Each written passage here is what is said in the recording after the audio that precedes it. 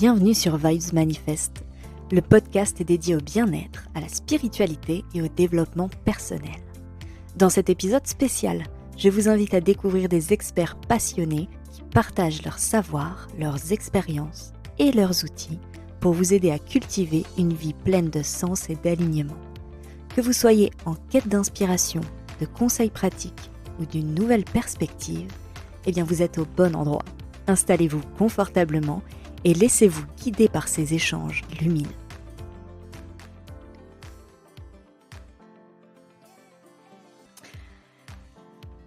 Alors aujourd'hui, j'ai le plaisir d'accueillir une invitée singulière, Estelle, que vous connaissez peut-être aussi sous le pseudo Popcards, qui a débuté avec ce nom-là sur les réseaux, qui est aujourd'hui une guide spirituelle qui accompagne chaque jour ses consultants à comprendre leurs blocages pour les aider et les guider vers leur mission de vie.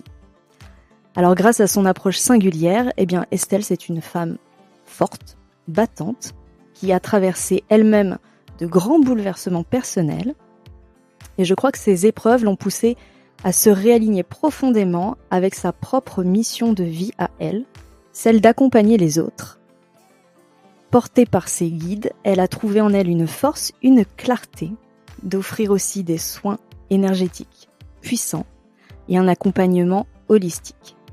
Alors chaque étape de son parcours l'a menée à se connecter davantage à son intuition, à son potentiel de guérison, faisant d'elle une énergéticienne, si on peut dire, à la fois inspirée et inspirante.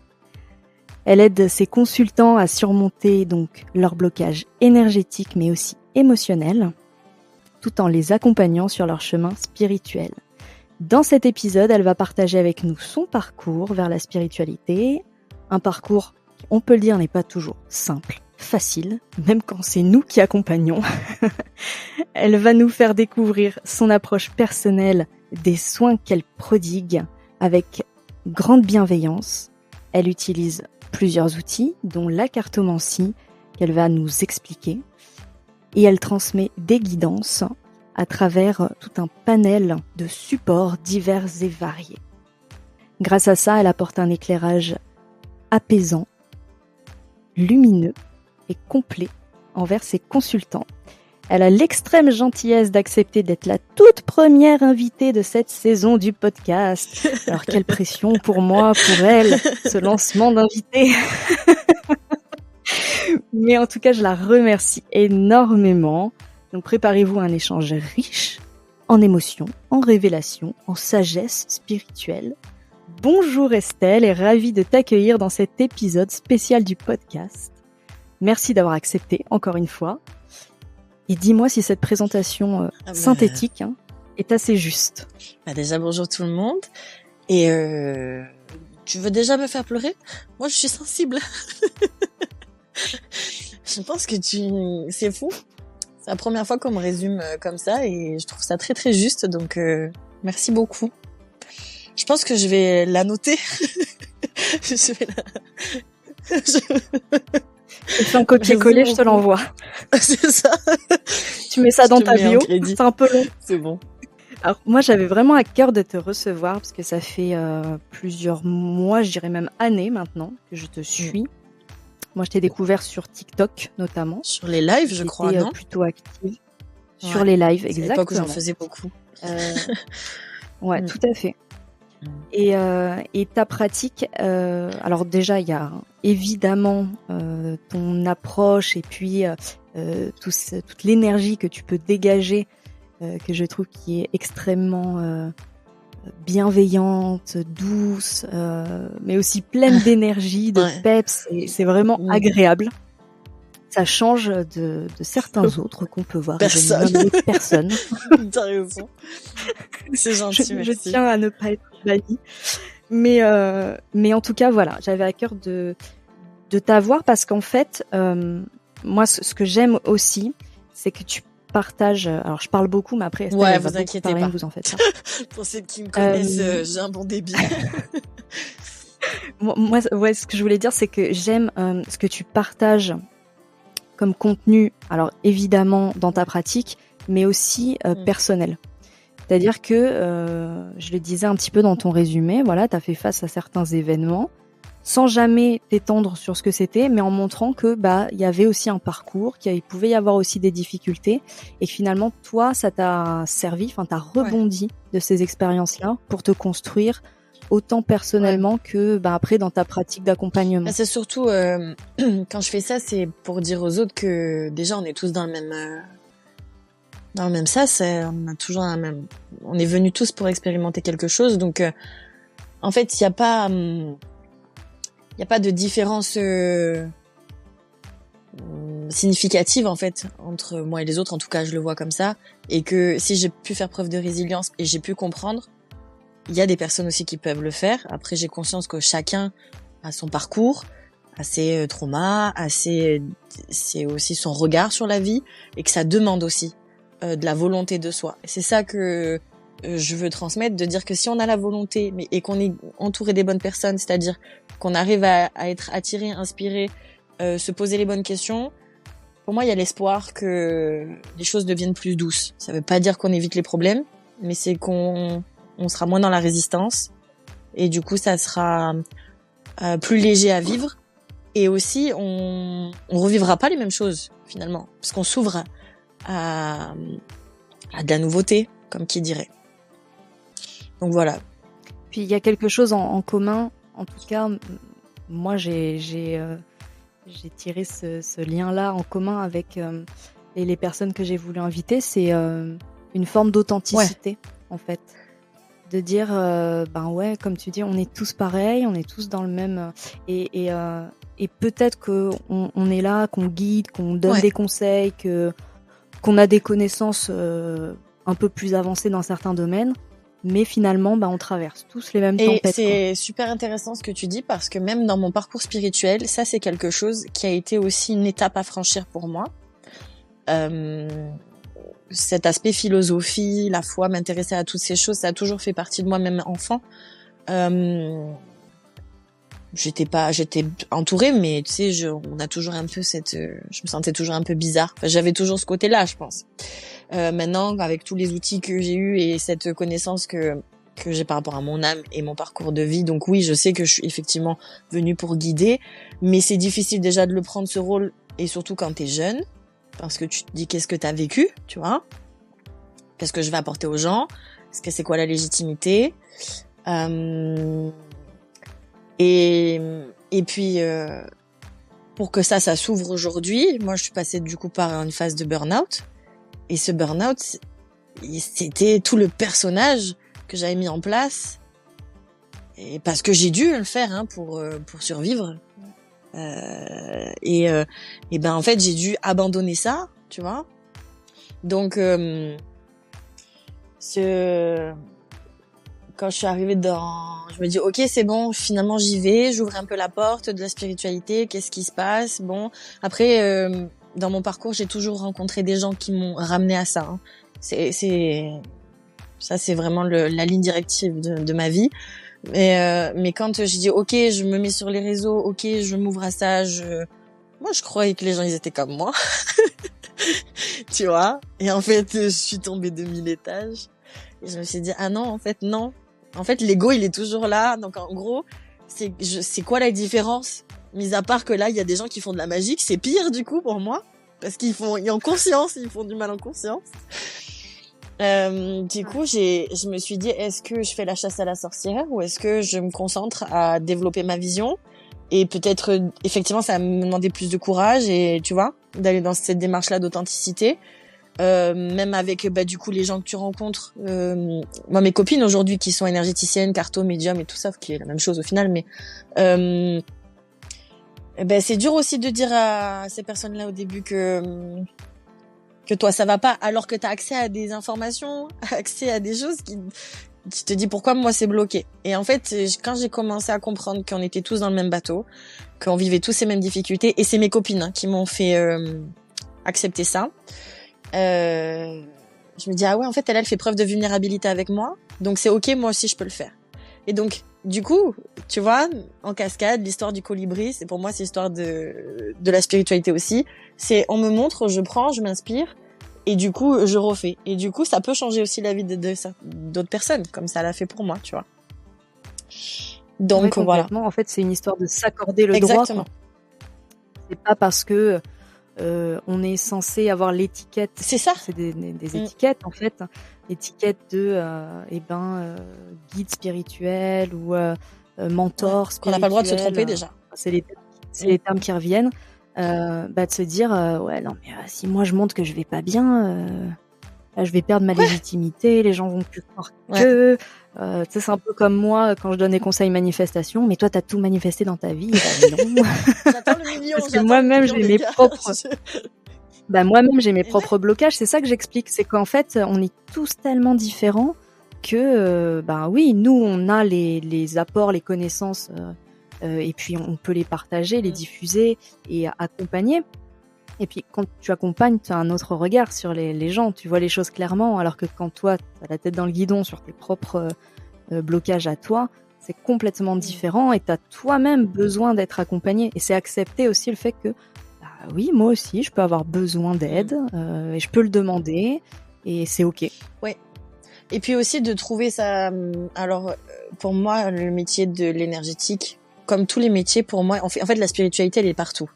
Moi, il y a des personnes dans ma famille qui n'ont pas du tout cette connexion. Enfin, ils s'ouvrent parce que je suis présente et que forcément, j'en parle, j'en fais pas. C'est ma vie, donc c'est mon être, je suis comme ça. Donc, quand il se passe des choses, je leur apporte des informations. Mais en fait, ils sont spirituels de même parce qu'ils sont connectés quand même à leur intuition. C'est juste que ça passe pas de la même manière. Il y a pas la même conscience qui est mise dessus. Mais moi, je sais très bien que mon papa, il me dit, moi, je sais si les gens, ils sont bons ou ils sont pas bons, tu vois. Il le sent.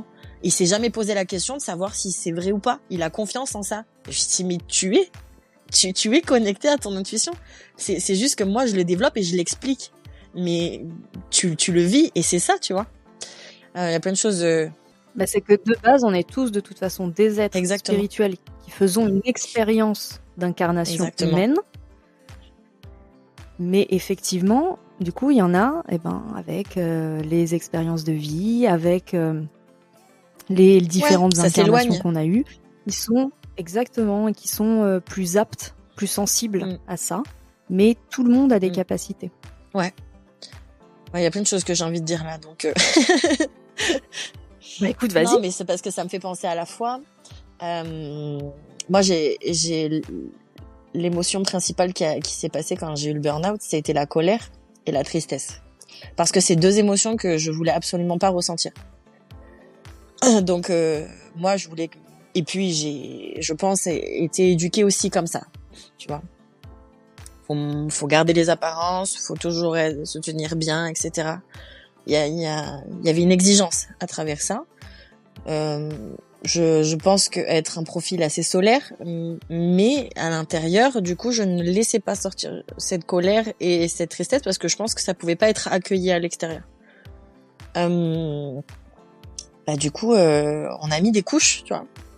On a mis des couches et j'ai dit et j'avais jamais fait le lien que le fait d'être en colère ou triste, j'avais associé ça au fait qu'on allait moins m'aimer, tu vois. Donc ça, c'était la première racine, et après ça c'est effectivement, il y a du coup, comme on a mis ça en conscience, tu vois, dans ton cerveau, tu dis non, si tu es en colère et triste, tu ne seras pas aimé. Donc tu ne l'es jamais. Mais ça veut pas dire que tu vas pas vivre des expériences qui vont te pousser à être en colère ou justement générer la tristesse. Et c'est vraiment à 25 ans que j'ai explosé, quoi. Enfin, j'ai implosé plutôt. J'ai implosé et en fait pendant 2 ans. Pas d'inquiétude, elle est toujours entière, tout va bien. Je la vois, tout va bien. C'est bon, vous inquiétez pas, j'ai tout recollé. Ça fait 6 ans qu'on est sur le dos, vous inquiétez pas. Et vraiment pendant 2 ans, je n'ai vécu qu'à travers ces deux émotions. Et j'ai cru que j'allais jamais m'en sortir. Je me suis dit, je vais jamais me retrouver, quoi. Et après, il y a toutes ces questions-là de mais qui je suis, qu'est-ce que je fais, et du coup tout ce que j'ai mis en place et la force que j'ai mis pour construire ma carrière à l'époque chez les Moldus. je me dis en fait ça sert à rien. Mais qu'est-ce que j'en fais ? Moi ça marche pas et nanana, et puis t'as toutes ces questions, tu vois. Et en fait c'était on peut dire des gros mots ici ? Oui. Oui. C'était une putain d'insécurité intérieure, quoi.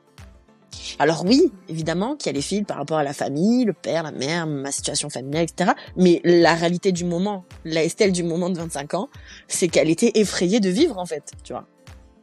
Et donc... Et puis c'est se dire que finalement, toute la perception qu'on avait de notre monde n'est pas ça, en fait. Dire, mais qu'est-ce que c'est, en fait? En fait, c'est le plancher qui s'écroule, mon quoi. Dieu. Sous les pieds. Et moi qui ressentais tout aussi, alors j'ai ressenti ça après, la colère et la tristesse, mais il y a eu un moment où je ne ressentais rien. Tu vois. Et ce vide-là m'a terrifiée. Parce que, en fait, limite, je préférais ressentir, tu vois, la colère et tout, parce que ce vide m'a happée. Et quand je dis, quand des fois je raconte effectivement en story que je suis tombée dans mes abysses, pour moi c'est ça les abysses, c'est qu'il n'y a rien. Et c'est pas le rien, parce qu'après j'ai expérimenté quelque chose, là, début d'année là, de cette année-là, parce que je suis toujours en train de tester plein de choses. Et j'ai nettoyé, j'ai libéré beaucoup de choses encore. Mais là, j'ai ressenti le vide plein. C'est-à-dire que je sentais que j'avais créé l'espace et qu'en même temps, j'avais rempli de ce qu'il fallait. Tu vois? Et je me sentais ancrée, tout ça. Donc, j'ai vraiment fait l'expérimentation des deux vides. Et le premier était vraiment pas cool. Voilà. Donc, c'est ça aussi que quand les gens viennent me voir et que il y a des moments, il y a des blocages et tout, oui. Alors moi, j'ai dû descendre comme ça ou d'être dans cet état-là parce que j'avais refusé de m'écouter. Tu vois, j'avais refusé d'entendre aussi extérieurement les signes. J'avais refusé d'écouter mon corps. Donc forcément, on m'a mis dans le dur pour que je me réveille, quoi. Et c'est super intéressant ce que tu racontes. Et c'est une composante qui revient énormément, qui revient dans ma vie personnelle, dans la vie de... C'est très drôle de beaucoup de praticiens, le burn-out, c'est-à-dire cette injonction de dire non, en fait, là, tu sais ça pas du tout. Et c'est stop. Et en fait, c'est vraiment le mur en pleine face qui dit, en fait, là, tout va s'écrouler, cocotte, tu vas tout reconstruire, mais tu vas repartir sur le bon chemin, quoi. Et alors, parce que, tu vois, tête dure que j'étais, c'est que moi, pendant 1 an et demi, j'ai pas accepté l'histoire. Donc oui, j'ai tout vécu. En plus, j'ai pas voulu prendre de médoc parce que je voulais. Alors, il y avait un aspect très responsable de mon état. Je me sentais très responsable de la manière dont j'étais arrivée là. Et en même temps, je pense qu'il y avait un aspect punitif aussi. Tu vois, de se dire, tu t'as voulu te mettre le nez dans la merde comme ça, ben tu vas bien le sentir. Tu vois. Et puis, comme ça, tu y reviendras pas. Tu sais que tu voudras pas y revenir. Tu vois? La souffrance, ok, mais une fois. C'est bon, one shot. Et, donc, et puis bon, ma vie, quoi. Ma vie, ça a été, du jour au lendemain, a été un bordel monstre. Ma carte bloquée, je m'ébouillante, je reste alitée pendant 2 semaines. J'ai forcément des idées noires. Enfin, vraiment, tout le processus, quoi. Dans toutes les sphères, quoi. Et le seul truc qu'il y avait, c'est qu'à ce moment-là, j'ai rencontré à l'époque une personne extraordinaire avec qui je suis restée pendant 5 ans. C'est vraiment mon ange descendu du ciel, hein, vraiment. Et qui a fait beaucoup partie aussi de la personne que je suis aujourd'hui et de la foi et de ma vision de tout ça. Parce qu'en plus, il était d'une autre confession. Et donc, j'ai aussi vu la beauté, tu vois, parce que j'ai vécu le rejet de cette personne, parce que j'étais pas avec ce qu'il fallait. Moi, j'ai plus mon travail, mon statut. Je me retrouve, je fais plus rien parce que mes journées c'était du 7h 21h, tu vois. J'ai passé ma tête dans le travail. Enfin, donc du jour au lendemain, je me retrouve là avec moi-même. Coucou, coucou. Ça va pas. Et en fait. Ce qui a commencé mon travail de libération et de comprendre que j'étais vraiment pas bien, c'est aussi de dire à mes proches que vraiment j'allais pas bien parce qu'ils ne l'ont pas cru puisque je tenais bien la face, tu vois ce que je veux dire? Oh mais ça va, ça va Estelle, ça va passer, tu vois. C'est une petite dépression, Oui, d'accord, ouais. D'accord. Je sors plus de chez un moi. espèce de tsunami interne. J'ai une phobie, phobie sociale. Je dors pas de la nuit parce que je fais des terreurs. Enfin, en tout cas, je fais je sais plus comment on appelle ça, mais j'avais des tétanies en fait la nuit de cauchemar. Je vois pas des trucs super cool parce que c'est là où j'ai commencé à voir des images pas ouf, tu vois. Et moi, j'étais interdite de voir ça, de voir, tu vois, le côté obscur de l'énergie. Bah, tu m'étonnes. La meuf, elle était au sous-sol. Tu vois. J'étais dans la partie. Enfin, voilà, ma vie s'écroule, quoi. Et puis, je m'éloigne de mes proches parce que je veux pas leur faire subir ça, parce que j'ai honte. Enfin, vraiment, je te dis, c'était une période sympa. Et donc, quand t'as ce gros burn-out là, est-ce que avant déjà, parce que tu dis que la spiritualité, elle a toujours été là, en tout cas, elle t'a toujours entourée d'une manière ou d'une autre. Est-ce que tu avais déjà des prémices de ce que tu fais actuellement? Est-ce que c'était quelque chose que tu faisais en plus, à côté? Enfin, je sais pas trop comment on peut dire ça, une activité annexe? Ou est-ce que c'est à partir de ce moment-là que tu as dit non, mais en fait là, il faut que je m'y mette? Alors, c'était peut-être les deux. Pas forcément Alors, ça m'a toujours intéressée. Ado, j'étais ultra fan d'astrologie. Pour moi, c'est une super science. J'admire les astrologues, tu peux pas savoir. Je les trouve, enfin, pour ceux qui sont compétents, évidemment. Mais oui, il y a oui, voilà, c'est toujours pareil. Hein. Mais j'adore, enfin, et même des personnages, par exemple, comme Nostradamus, ou tu vois, genre, je me passionne de lecture pour, c'est vraiment, alors, sûrement que je devais être là dans cette période-là, tu vois, mais, de vie, mais c'est vraiment quelque chose qui m'a toujours intéressée. Et ma mère, elle croyait que ça allait être, parce que je me souviens d'une de ses premières phrases qui m'a dit, écoute, parce que ça prenait beaucoup de place dans ma vie, tu vois, et à tel point que ça gérait mes humeurs, tu vois. Ah ouais, non mais là ce matin c'est pas possible. Alors c'était les petits trucs d'astro tu sais, à la radio, les trucs de matin, et c'est vrai que ça me conditionnait, quoi. Et ma mère m'a dit, tu vas te détendre, tu vas pas te laisser influencer par un gars qui parle à la radio, tu vois. Enfin, détends-toi, tu vois. Et donc redescends. Mais bon, et puis bon, je suis une meuf des années 90, donc c'était pas la technologie qu'on a aujourd'hui aussi, tu vois. Donc j'ai laissé faire le temps, etc. Et c'est vraiment en fait en 2014 qu'il y a vraiment quelque chose qui a c'est même pas une porte en fait que j'ai passée, j'ai vraiment passé une étape. Je savais que j'allais plus pouvoir être la Estelle d'avant, tu vois. Enfin, il y a vraiment des scissions, et ça c'est dans ma vie, c'est des cycles, tu vois. Donc là j'avais fini un cycle et j'en ouvre un nouveau avec en 2014 il y a mon grand-père qui est décédé, et en fait je l'ai vu.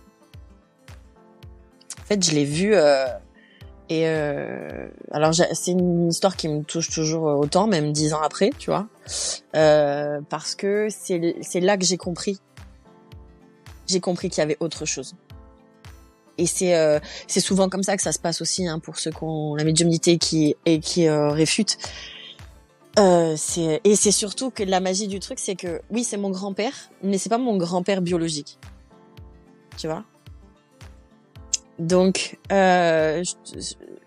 c'est ça qui a été encore plus beau pour moi, c'est-à-dire que mon grand-père il est venu, oui, mais en plus c'est même pas de mon sang, tu vois ce que je veux dire. Donc pour moi ça veut dire que déjà au-delà du sang il y a encore autre chose. Donc tu vois, il y a un autre lien qui peut être encore plus puissant, et que t'es pas obligé de partager la chair, même si je peux comprendre, tu vois, les liens, et que c'est aussi important. C'est pas pour rien qu'on s'incarne dans les familles, etc. Mais donc voilà. Et en plus, j'ai vécu sa maladie. Il est parti d'un cancer des poumons. Donc j'ai vu sa déflagration, tu sais, sur 1 an. Et j'étais très touchée. Et ce qui est marrant à ce moment-là, c'est que je finissais mes études et que j'ai pris un taf dans une boutique de fringues. Et la responsable, c'était une meuf qui était connectée, mais elle était pas connectée du côté lumineux, tu vois. Ouais, elle m'en a fait baver. Mais par contre, elle m'a ouvert aussi encore des choses. Et c'est une qui m'a validé que j'avais bien vu mon grand-père, tu vois.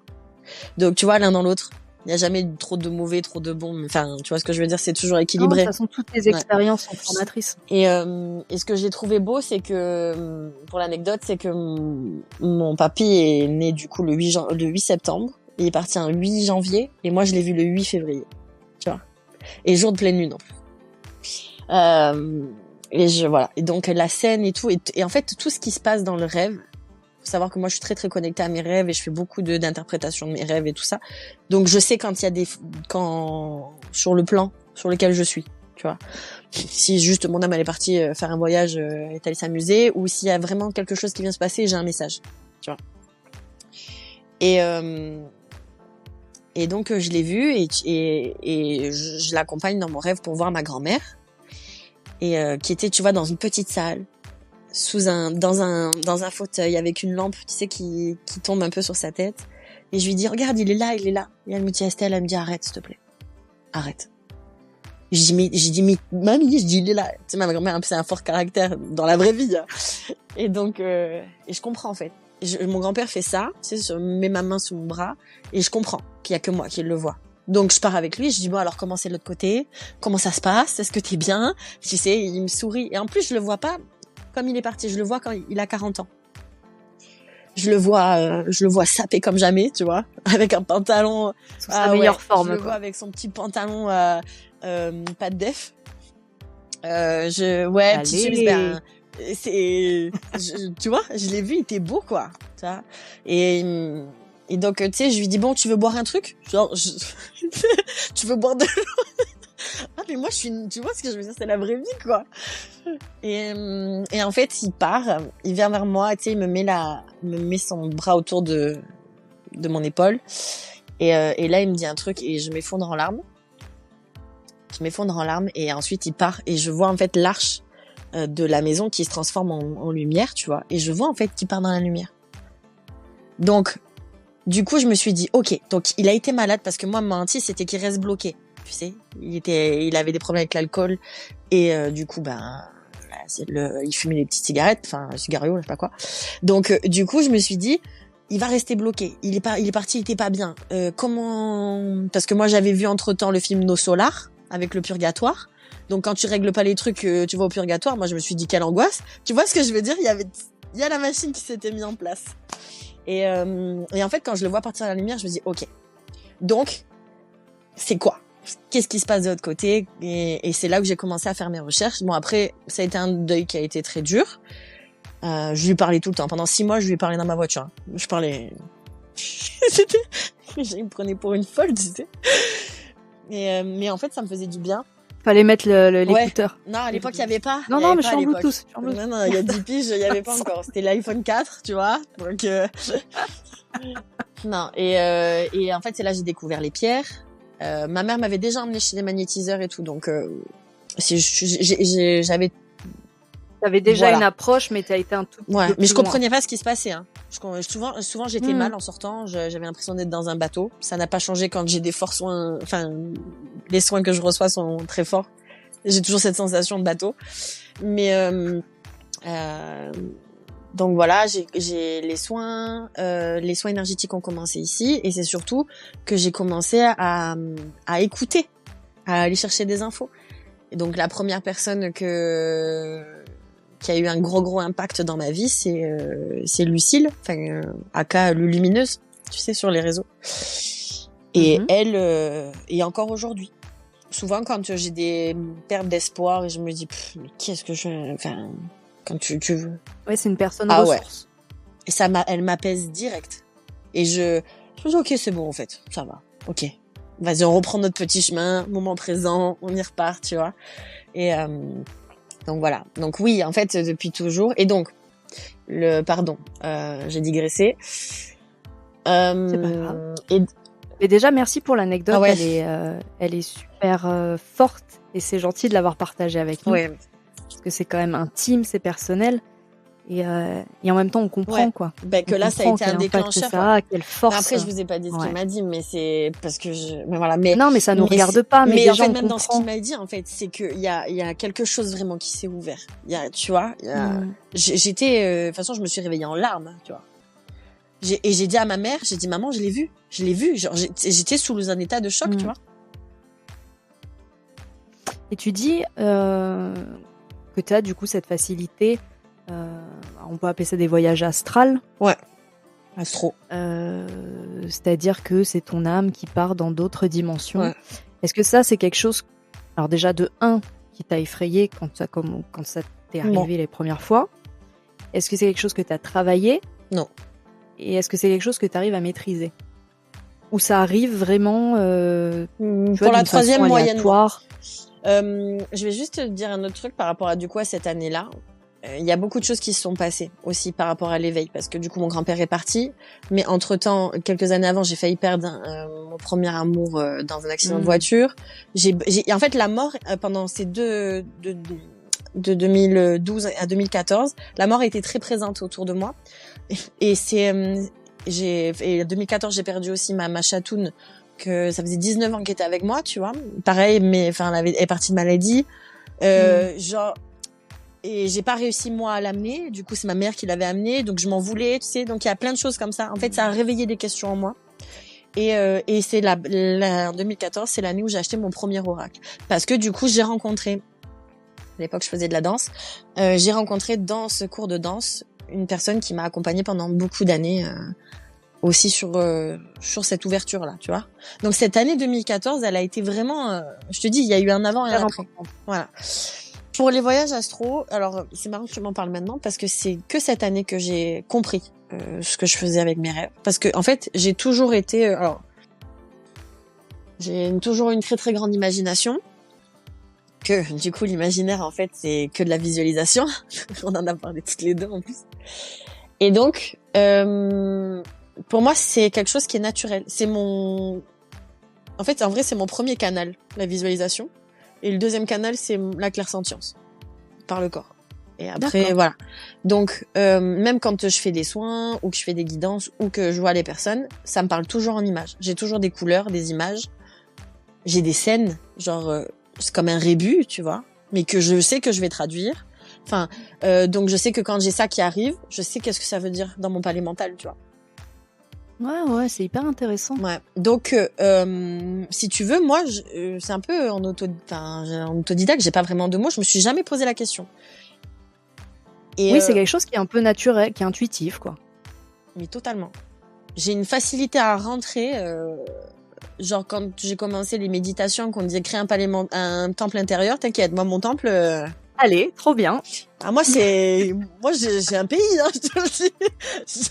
Il y a tout ce que j'aime, hein, tu vois, parce que j'ai aucun mal avec ça. Et en fait, je m'en suis rendu compte là quand je fais les soins énergétiques et que je demande, parce que c'est toujours un travail collaboratif, quand je demande aux personnes de visualiser ou quoi, je comprends ou quand j'ai eu à accompagner, j'ai aidé des personnes à justement qu'ils puissent partir en voyage, je me suis rendu compte qu'en fait j'éprouvais pas de difficulté, quoi.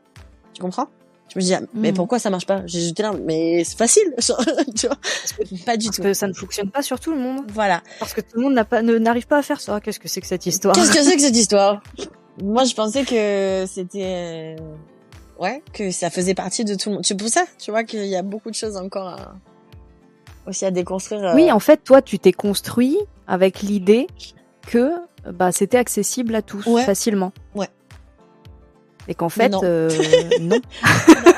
et même sur des trucs maintenant basiques, tu vois, quand je parle avec des personnes ou même que j'accompagne et que je dis, bon, on va d'abord comprendre comment ça se passe dans votre tête avant de travailler sur l'énergie, parce que tu peux travailler sur l'énergie, mais en fait, c'est pas un miracle, tu vois, c'est pas de la magie. Si à un moment donné, tu mets pas des choses en place aussi dans ta vie terrestre parce que t'es présente et t'es définie dans la matière, c'est comme pisser dans un violon, ça ira plus vite, tu vois. Donc quand j'explique comment ça se passe en tête et que je vois, tu sais, les yeux de hibou des gens, je me dis, ah, ok. Donc en fait, vraiment mon cerveau, tu vois. Et ça me fait rire parce qu'en fait, quand je fais des accompagnements aussi, moi je suis très visuelle. Ok. Déjà, j'ai un côté artiste, donc vraiment, j'arrive à imaginer. Et puis, c'est vrai que la visualisation, moi, c'est ce qui me permet le plus facilement de transposer les choses, de créer, de manifester, tout ça. Et donc, c'est en première intention, moi, je demande toujours aux gens de visualiser. Ils me disent, mais j'y arrive pas. Mais c'est-à-dire Comment tu peux pas imaginer des trucs tu t'imagines pas des petits bonhommes comme ça qui disent coucou? Ouais, et alors mais ça me fait rire ce que tu dis, parce que les premières fois où on m'a dit ça, on m'a dit mais moi j'arrive pas à visualiser. Bah ferme les yeux et puis je sais pas. Ouais. Ça me paraissait pas normal que les gens n'arrivent pas à se projeter, à visualiser, parce que moi aussi c'est une des façons les plus faciles que j'ai de connecter avec là-haut. Ouais, complètement. C'est un canal. Ouais, c'est une fréquence. Et alors je pense que je l'ai beaucoup développé. Je fais une petite parenthèse, vas-y. mais je pense que perso je l'ai beaucoup développé. Enfin moi je suis fille unique. Ok. Et donc j'ai été énormément dans l'imaginaire quand j'étais enfant. Ah, c'est pas. Je me suis énormément projetée à imaginer des scènes, à dire qu'on était plusieurs, que ci, que ça, à me faire mes histoires. Et donc pour moi c'est devenu hyper facile en fait. Ouais. C'est une façon de créer qui est c'est presque naturel, tu vois, un peu comme tu disais toi. Bah, comme ton coup de pinceau en fait. Je me pose pas trop la question. Bah non, je me pose pas la question. Après c'est marrant parce que sur ça, moi j'ai au niveau famille, j'ai un frère, enfin j'ai une sœur et j'ai un frère. Mais c'est des demi. Ok. C'est des demi. Ouais, c'est des demi parce qu'en fait entier, mais voilà, à droite et à gauche. Quoi. Ouais. Et si tu veux, quand j'ai vécu, donc ma sœur est arrivée quand j'avais l'âge de 7 ans, mais je vivais avec ma mère. Donc j'étais fille unique chez ma mère. Et donc j'étais un week-end sur 2, pas toute seule. Enfin, j'étais accompagnée, du coup j'avais un nouvel être avec moi. Et mon frère est arrivé quand j'avais 14 ans. Alors pas la même énergie, après ça c'est pareil, j'ai encore tu vois, la spiritualité elle est encore là, même avec mes frères et sœurs. L'incarnation, pourquoi ils sont venus, les relations que j'ai avec eux, ça aussi il y a encore pas mal, enfin tout est spirituel hein. En vrai, si tu sais bien poser ton regard. Mais voilà. Et donc mon frère est arrivé quand j'avais 14 ans, donc j'étais plus vieille. Mais du coup moi j'ai grandi solo. Par contre mon frère, jusqu'à ce que je parte, que je déménage à mes 24 piges, mon frère était H24 avec moi. Tu vois, c'est marrant. Et c'est super intéressant après de voir les constructions familiales, les liens frères, sœurs, comment chacun a un vécu, comment chacun a des souvenirs, comment chacun s'est construit. Ah bah ça, alors ça. On pense parfois que on a des similitudes et en fait quand on va demander à l'autre, il a pas du tout vécu la chose de la même manière. C'est hyper intéressant. Tellement. Et alors en plus. Alors moi j'ai fait ça avec mes frères et sœurs imaginaires, hein, bien sûr. Ah ouais. Alors. Parce que je n'en avais pas, mais. Et non mais c'est l'expérience de soignante là que je donne, parce que je sais que j'ai beaucoup vu ça et que je trouve ça toujours super intéressant. En tout cas moi quand je fais mes accompagnements, je demande toujours quels étaient les liens, quelle était la construction familiale, oui, c'est quels super sont important. Les souvenirs d'enfance. Oui. Parce que ça dit beaucoup de choses. C'est le terreau. C'est le terreau. Et en même temps, alors il y a ce regard là qu'on peut avoir sur la famille. Ouais. C'est un terreau, mais avec une petite parenthèse, mais ça ne nous définit pas pour tout le reste de notre vie. En fait, c'est ce que j'allais dire, mais dans le sens où je trouve ça c'est un truc qui me fascine, tu vois, dans la psychologie. La psychologie me fascine aussi beaucoup. Philosophie, psychologie, enfin voilà. J'étais déjà dans tout ça. Pour me comprendre moi-même, tu vois, j'ai posé un autre regard aussi sur ma famille, sur mes parents. Je les ai pris comme des humains c'est quoi leur parcours, pourquoi ils en sont venus là à prendre ces décisions-là. Je me suis totalement détachée. Alors, ça veut pas dire que du coup moi j'ai une relation spéciale avec tous mes protagonistes. Parce que j'ai une communication avec eux effectivement où il n'y a pas forcément cet aspect enfant, puisqu'en fait je suis en train de comprendre l'adulte, parce que il y a dû avoir ça, mais ça fait partie des choses à travailler. Mais pour revenir à l'espace du terreau et de la magie de la chose, je me dis en même temps, si j'avais pas vécu tout ça, les circonstances, les questions que je me suis posées parce que j'ai vécu ça, enfin je me dis c'est un grand plan qui est incroyable. Tu le vis aussi dans la douleur. Il y a des choses qui sont incroyablement dures aussi. Alors là, je parle pas pour moi parce que là j'ai des histoires qui me viennent de consultantes, tu vois. Et en même temps, tu te dis mais si ça t'arrive à toi, c'est qu'il y a une force en toi en fait qui a besoin d'être, tu sais, un potentiel, et que tu vas aider quelqu'un d'autre. Donc en fait, ça va être encore plus grand que toi, et je trouve ça incroyable, tu vois. Alors. quand on est dedans, ça fait chier. Hein. On se l'entend, hein. Même moi, je suis la première à râler. Mais tu vois ce que je veux dire quand j'arrive à voir la beauté de mon incarnation et des personnes. Alors, j'ai encore plus quand, par exemple, quand je vois que mes apprentissages ressortent sur ma famille et encore plus sur mon frère et ma sœur. Je peux pleurer, quoi. Je me dis, putain, t'as pas fait ça pour rien, tu vois. Ouais, c'est beau. Tu vois, c'est mes trucs mes ressources, tu vois.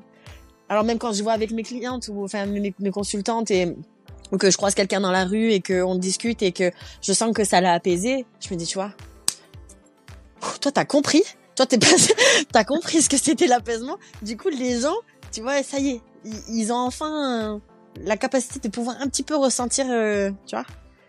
J'ai déjà posé une question une fois à mon beau-père. Et je lui ai dit, mais t'as jamais... On parlait de la foi, parce qu'il est totalement... il est athée, tu vois. Et je lui ai dit, alors c'est ok, hein, moi je suis ok avec tout, parce que en fait, pas parce que tu crois pas que ça existe pas, hein, ça c'est notre chose. Mais je lui ai dit, mais t'as jamais ressenti ce sentiment de béatitude, tu sais, quand t'es dans ce moment un peu alors ça dure pas longtemps, mais où tu sais qu'il y a tout qui est juste. T'arrives à voir que tous les événements, le moment, la justesse, tu vois ce que je veux dire? Ce moment-là de flottement, moi j'en ai eu quelques-uns, ça a pleuré de beauté, quoi, tu vois. Et je lui dis, t'as jamais ressenti ça? Il me dit non. Ah putain, je me dis. Dommage. Ben c'est dommage, en même temps, tu sais, j'ai envie de lui dire, ben en fait il faut, voilà, tu vas sur ça, tu vas sur ça. C'est ça. Voilà. T'as envie de driver un peu. Oui, je le fais un peu en soum-soum, mais après, oui, voilà. Aujourd'hui j'ai lâché prise sur le fait que c'est chacun son chemin, tu vois. Ouais, complètement. Ouais. Et du coup, tu vois, c'est hyper intéressant de connaître le parcours des gens parce que je trouve que ça en dit beaucoup après sur qui tu es en tant qu'accompagnant. Bien sûr. En tout cas, là, dans des interviews que je fais, moi, je trouve que c'est toujours hyper enrichissant de connaître le parcours parce que finalement, on se rend compte que, comme tu disais au tout début, bah, on est tous pareils. Ouais. On passe tous par des phases. Alors effectivement, dans certains cas, comme dans le tien, comme dans celui d'autres personnes, mentors spirituels, etc., ça a permis d'ouvrir des grosses portes, de débloquer des canaux et tout ça. Mais c'est pas parce que ceux qui nous écoutent ont vécu des événements et que ça n'a pas débloqué des trucs spirituels, que ça les a pas enrichis, que ça les a pas aidés, et que au contraire ils évoluent. Et de toute façon, n'importe quel événement de vie fait que ça nous construit. Alors c'est ce qu'on disait tout à l'heure, l'enfance elle est hyper importante. Et en même temps, j'ai envie de dire, c'est pas parce que vous avez vécu certains traumas que vous êtes obligé de les traîner toute votre vie. Exactement. Et ça, c'est hyper important. Ça fait partie de la construction de qui on est aujourd'hui. Mais c'est important de dire, ok, mais ça m'appartient plus. Ouais. C'est un truc que j'ai vécu et je peux m'en détacher. J'ai la possibilité de faire des choix. Tu vois, faire des choix pour, c'est ça. Pour aller vers autre chose. Et en fait, c'est juste se rendre responsable de son état, en fait. Alors ça c'est pareil, 2 poids 2 mesures parce que je sais que ça peut être un peu violent et un peu culpabilisant, tu sais, de se dire mais t'es responsable. Tu as les événements qui viennent à toi, voilà. Et toi les choix que tu as et ce que tu en fais et comment tu le vis. Exactement. C'est plutôt dans ce sens-là. Une chose intéressante aussi que tu as dit dans le sens où en fait nos patterns il crée pour moi comme si on va imaginer ça, ça crée comme des trous de taupe, tu vois, dans ton jardin. Mais en fait, déjà, t'es pas obligé aussi d'aller voir où est la taupe et est-ce qu'elle est encore là, tu vois. T'es pas obligé d'aller, quand on dit aller à la racine d'eux, c'est juste de comprendre qu'est-ce qui a créé ça. C'est un peu l'intitulé du film, mais t'es pas obligé d'aller revivre le film, tu vois. Ça c'est aussi quelque chose que je trouve important à dire parce que il y a des choses des fois qui sont, si ton cerveau il a occulté, qu'il y a vraiment un aspect psychologique, il a mis un mécanisme de défense pour de protection. Exactement. C'est pas pour rien et c'est pas pour aller remuer la merde avec l'énergétique. Par contre, tu peux couper des choses. J'ai une anecdote si tu veux pour ça. Vas-y. Quand j'avais des crises d'angoisse, moi c'était au plexus évidemment puisque c'est le chakra de l'identité, mais à tel point que la phrase que je disais c'était j'ai comme une lance qui me traverse. Ok. Je vous rassure, j'ai jamais pris de lance dans ma vie dans le ventre. Je ne sais pas ce que ça fait. C'est pas d'équitation, elle fait pas de tournois un peu médiévaux, il y a pas de tout ça. Non, j'ai pas fait de joute, j'ai pas fait tout ça. Mais j'avais vraiment tu vois, cette phrase-là qui venait. Ça a duré 4 ans. Et c'est là où que j'ai rencontré, du coup, une de mes amies maintenant, qui s'appelle Émilie, que tu connais aussi, qui m'a fait mon premier, un vrai soin. Et je lui en parle. Je lui dis, ça va mieux parce que j'ai fait de la sophro, j'ai fait de la psycho, enfin, j'ai travaillé sur ma tête, j'ai travaillé sur mon corps, j'ai fait des soins énergétiques, mais j'ai toujours cette douleur. Donc, je comprends pas pourquoi c'est là. Ok, je veux bien avoir du stress et être anxieuse, mais j'ai bossé dessus. Je fais de la cohérence cardiaque, je fais de la méditation, à un moment donné, tu vois. Merde. Ouais, voilà. Ça me réveille à 3h du mat, tu vois. Je dors pas pendant 2 heures parce que je suis sous douleur, je peux pas me tenir debout ni allonger, enfin, tu vois. Donc ça m'emmerde, clairement. Et donc je lui en parle et elle me dit elle me dit bon, on va aller voir dans les annales akashiques. Donc la bibliothèque des vies antérieures. Enfin, passé, présent, futur. Et elle me dit elle me dit en fait, dans cette vie-là, en gros, j'avais été capturée, si tu veux, et mis dans une genre. Alors moi, j'ai cette image, je me souviens plus si c'est ce qu'elle m'a dit, mais j'ai cette image, tu sais, de prison en bois, un peu suspendue, tu vois. Et en fait, on m'a dit demain on te libère. Sauf qu'on m'a jamais libérée, on m'avait bandé les yeux. Et le lendemain, je me suis pris un millier de coups d'épée et je me suis pris une lance. Devine où? Dans le plexus. Non, allez, pas au plexus. Ah si. Oh. Et en fait, ce qui s'est passé là, ce que j'ai compris après parce que c'est comme ça que je travaille avec le corps, l'âme et l'esprit, la Trinité, tu sais, c'est que, en fait, il y avait les mémoires cellulaires, c'est-à-dire que ce que je ressentais dans la vie à ce moment-là, dans la Estelle de je sais plus quelle année, ça a été il y a 3 ans, un truc comme ça, c'était que je me sentais en danger, je ne savais pas ce qu'était l'avenir puisque j'avais les yeux bandés, je me sentais oppressée. Pas de perspective de liberté, tu vois, d'émancipation ni quoi que ce soit, voilà. Et c'était ce que j'ai ressenti en fait dans cette vie-là, à ce moment-là où je suis quick, tu vois. Et donc mon corps, il a fait le lien mémoire cellulaire. Donc après, elle m'a juste dit ça. Elle a coupé ce lien-là avec cette vie antérieure. Je n'ai plus jamais ressenti cette douleur. Alors ça veut pas dire que j'ai pas de stress et tout, mais je n'ai plus jamais ressenti cette douleur. Plus jamais. Alors, je dis pas que c'est une solution, parce qu'il y a quand même, il y a un travail en amont qui a été fait, tu vois. Mais ce que je veux dire, c'est que l'énergétique doit venir un petit peu comme la cerise sur le gâteau de choses qu'on a mis en place avant. Du travail de dev perso. Ouais. Après, en vrai, moi, je suis pas trop femme du protocole. Enfin, j'aime que les choses soient carrées, mais c'est-à-dire que si après tu dois commencer par l'énergétique pour venir sur quelque chose du développement, c'est ok aussi, tu vois. Oui, chacun a son propre chemin. Mais en tout cas, peu importe. Voilà. L'important, c'est d'arriver au résultat, quoi. Voilà, le résultat. Et puis, en fait, finalement, ça, c'est la question, est-ce que c'est le résultat qui compte ou est-ce que c'est le chemin? Parce que le résultat, il arrive parce que t'as compris, tu vois. Mm. Donc, tu vois, ça, c'est un exemple et j'en ai plein de situations comme ça. J'en ai plein en stock. Ouais, j'en ai plein en stock. Moi, je suis hyper castor, moi. C'est super intéressant, ouais. Et j'avais fait un épisode d'un podcast où j'expliquais, et que ça a été prouvé scientifiquement, avec, j'avais fait l'étude sur des rats, ouais. Des souris, enfin bref, des rongeurs, et ils avaient fait un trauma sur la première génération, exact. Et en fait, ça se répercute sur au minimum 8 générations. Ouais. Jusqu'à 14. Et ouais, non mais ça va hyper loin, ouais. Ça va super loin. Et donc, il donnait même des exemples, par exemple des gens qui avaient connu l'Holocauste, qui ont connu les grandes guerres, qui ont connu tous ces traumas incroyables. Et finalement, les arrière-petits-enfants qui n'ont rien connu de tout ça, récupèrent génétiquement, mais d'une façon totalement inconsciente, ce bagage-là. Mm. Et des fois, dans nos vies, il y a des choses qui se passent, on n'arrive pas à expliquer pourquoi c'est bloqué. Voilà. On n'arrive pas à expliquer pourquoi on ressent ça, parce que c'est pas quelque chose qu'on a vécu. Enfin, je veux dire, vous pouvez fouiller dans votre expérience de vie perso, là, dans cette vie-là, et vous n'arriverez pas à trouver. Et donc, ce que tu disais qui est hyper intéressant, c'est que, peu importe, en fait.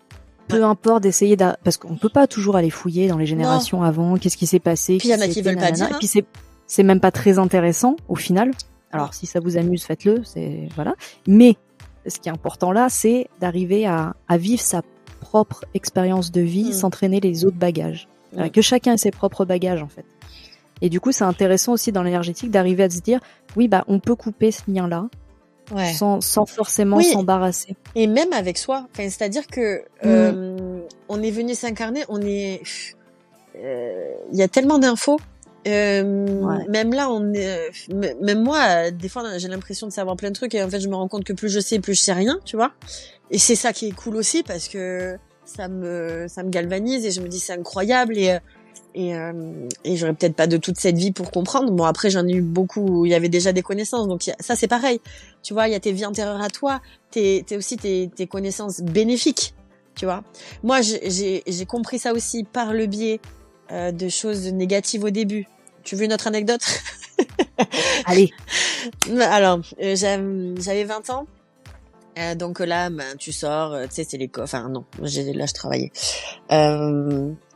Tu étais jeune? Non, j'étais à l'école.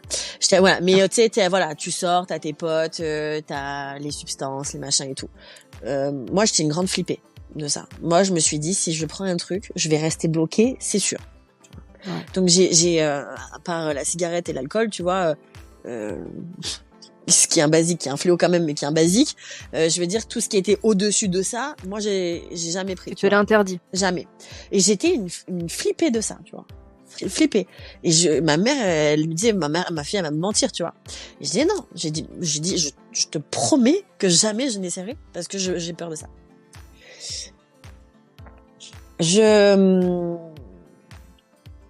Je vais voir quelqu'un qu'on m'a conseillé, qu'on m'a recommandé, et c'est la première fois que je fais mon thème astral et un soin énergétique. C'est le premier soin énergétique que j'ai eu de ma vie, c'était avec ce mec-là, qui m'a aidé aussi pendant pas mal d'années. Donc on fait le thème astral et après on passe aux soins. Et je lui dis oui, j'ai dit j'aimerais bien savoir. Et en fait je commençais à m'interroger sur les vies antérieures et qu'est-ce que j'avais fait de l'autre côté et est-ce que j'avais été quelqu'un de, tu sais, de toute façon c'est que ça quand tu t'intéresses au début, c'est de savoir si t'as été quelqu'un de mieux que t'es dans cette vie, tu vois. Et est-ce que j'ai été une grande ponte de quelque chose, tu vois. Et il me dit non mais ton âme elle veut pas parler de ça. Alors moi tu sais je reste sur le cul quoi, je me dis ah ouais, ok.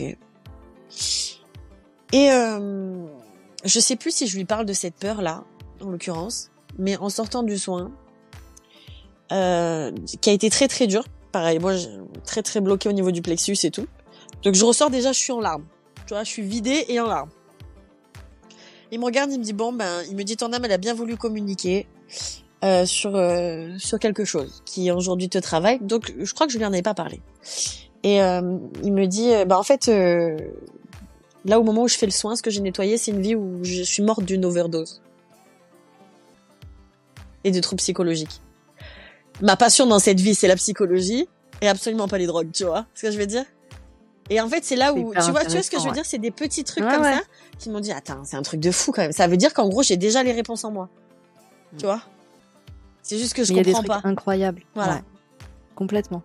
Et voilà. Et c'est ça. Et tu vois, c'est en fait, c'est que ça ma vie. C'est que des jalonnés de petits moments comme ça qui viennent me confirmer des choses ou des pensées ou des réflexions que j'ai eues. Des intuitions. Ouais, par intuition, beaucoup, ouais. Je me suis rendu compte aussi en parlant avec les gens que il y a des choses que même encore des amis aujourd'hui qui me disent mais putain tu te rends pas compte de tout ce que tu sais. Moi je me dis mais je leur dis mais je ne sais rien. Je ne sais rien, tu vois. Et donc c'est beau, mais voilà, c'est ma vie ça. C'est ça la spiritualité. Je vais rajouter un autre truc avant que tu passes par rapport au détachement de ces patterns, de ces traumas et que ça nous définit pas. Et la spiritualité, c'est pas genre Quand je dis que la spiritualité c'est la vie, c'est qu'en fait c'est partout autour de nous. C'est juste la spiritualité pour moi c'est de la conscience que tu mets sur ce que tu es en train de vivre. Et c'est un ensemble de croyances. En vrai étymologiquement c'est un ensemble de croyances que tu pratiques. Tu peux être spirituel parce que tu fais de la cuisine, tu vois. Tu peux être spirituel parce que tu fais du ménage, tu vois. C'est la conscience que tu mets dessus et que tu te rends compte de l'importance et de ce que ça t'apporte. C'est ça pour moi la spiritualité. Il y a pas d'autre mot, donc à part si toi t'en as un, tu veux me partager. Mais c'est ton épisode, c'est ta définition, elle me va très bien. Non, mais je vais dire, non, mais je suis ouverte à. Non, mais je suis d'accord avec toi. Ouais. Non, mais je suis d'accord avec toi. Et puis de toute façon, en tout cas, moi, je trouve que c'est difficile de définir, tu vois, d'arriver vraiment à poser des mots sur ce que c'est, parce que, comme tu dis, c'est partout et nulle part à la fois, et en même temps, c'est ce qu'on est. Ouais. Profondément. Exactement. Donc voilà, dire ça y est, je me suis découverte. Non, tu t'es pas découverte. Tu l'es déjà. Toi. En fait, t'as compris qu'il y avait quelque chose de plus fort, qu'il y avait quelque chose de plus important que juste l'incarnation physique humaine. Mais après, à chacun de se saisir. Il y a pas.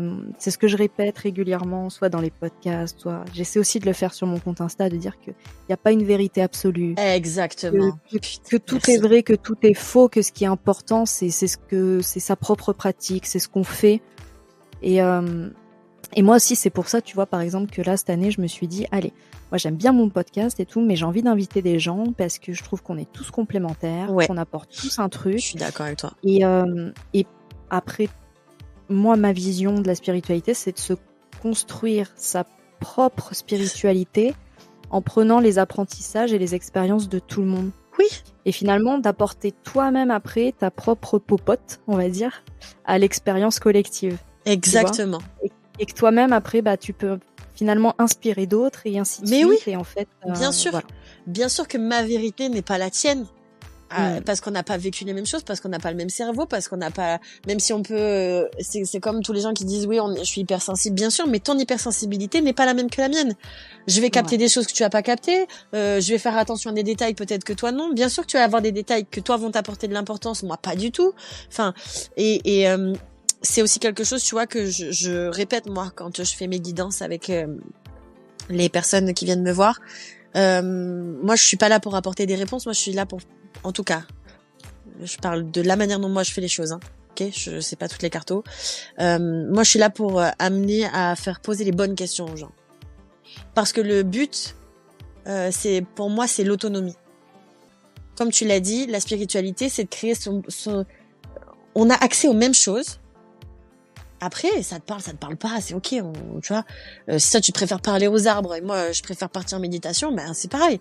Et si t'as envie de faire les deux, tu fais les deux. On s'en fout, c'est des outils qui sont mis à disposition. T'as un grand établi, prends ce qui te parle, et puis si à un moment donné, il y a plus un outil qui va te parler dans un moment et après tu le lâches pour prendre un autre, c'est ok aussi. Parce que l'important, c'est pas ce que tu fais, c'est ce que tu es. Et ça, le problème, c'est qu'on nous a pas... nous, on est la génération qui déconstruisons tout ça pour offrir aussi aux autres. Et puis il y a la petite composante aussi, c'est que maintenant c'est très accessible, ce qui n'était pas forcément avant. Exactement. On a les réseaux, on a tout ça. Il y en a qui se sont mis un peu dans cette niche-là, et en fait, quand on débarque là-dedans, il y a à boire et à manger. Ouais. Et en fait, on va tomber sur 50 influenceurs. Parce que je dis influenceurs parce que pour moi, les gens qui ont des propos très radicaux, pour moi, ce sont pas vraiment des guides spirituels. Hein. C'est-à-dire que un guide spirituel, comme tu dis, il doit t'ouvrir la porte. Oui, mais c'est pas moi qui fais le chemin, tu vois. Ouais. C'est exactement ça. Et donc, il y en a plein, voilà, qui se mettent là-dedans et qui disent qu'ils ont la vérité absolue, mais même des grands noms, hein, réputés, connus et reconnus dans le domaine ESO, avec lesquels je suis pas du tout d'accord. Et je ne citerai personne encore une fois. Non, ne cite personne. Fais pas ça la sorcière. Non, les gens se reconnaîtront. Mais on en a pas besoin. Mais tu vois, et c'est ce que je dis souvent, je trouve ça. Et je le répète, c'est pas grave, même si ça fait 10 fois que les gens ils l'entendent. Ils ont sur besoin. mon compte. Mais je trouve ça dangereux. Oui. N'écoutez pas les gens qui se disent avoir la science infuse et qui disent c'est comme ça qu'il faut faire. Parce que, alors eux, ils ont faux. Vous fuyez. Voilà. Fuyez, pauvre fou. Du principe. Non, mais vraiment, je crois que c'est un des meilleurs conseils que je peux donner. C'est les gens qui sont trop sûrs d'eux, qui n'ont pas de remise en question sur eux-mêmes, sur leur propre pratique. Ah non, mais je trouve ça très dangereux. Parce que je parlais à une copine et je lui disais non mais tu sais même le meilleur bouddhiste qui fait ses méditations et qui a travaillé sur lui toute sa vie au fin fond de l'Himalaya là-bas, ben lui, tu peux être sûr qu'avec l'expérience qu'il a, il va pas te dire qu'il a la vérité absolue. Et c'est ce mec-là qui est super intéressant parce que toute sa vie, il va travailler sur lui. Et donc, quand j'entends des propos qui sont vraiment presque culpabilisants même, que ce soit en positivité, il faut faire ci, il faut être comme ci, il faut être comme... C'est stop. Voilà. Bah parce qu'en fait, il y a aussi, tu vois, l'aspect positive attitude là. Comment te dire?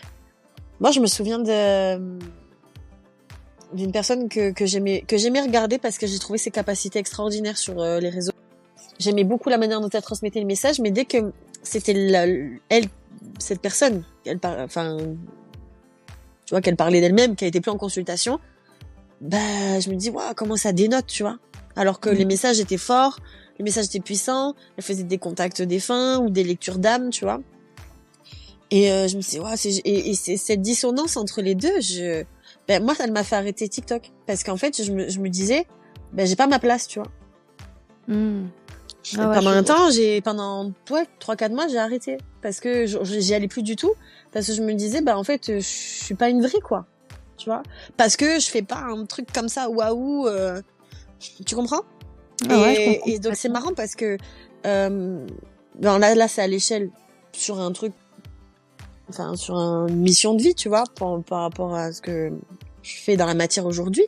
Mais pour des gens qui c'est pas leur métier, mais qui se posent quand même des questions sur eux-mêmes. Et quand on va voir des personnes comme nous, c'est qu'il y a un besoin d'être rassuré quand même derrière, tu vois. Donc ça veut dire que déjà il y a des blessures qui sont bien ouvertes. Et donc ouais, c'est ça qui est. Puis il y a une fragilité. Il y a une fragilité. Il y a une attente de réponse. Il y a l'envie, alors que ce soit peut-être un peu entre guillemets facile et que ça soit la solution à tout, tu vois, rapidement et tout. Que ça s'apaise d'un coup, tu sais. Ouais. Et moi, je trouve que voilà, il y a des choses que je vois passer qui me dérangent beaucoup parce que avant tout, bah c'est moi, comme je dis, même quand j'accompagne aussi, je peux pas faire à la place d'eux.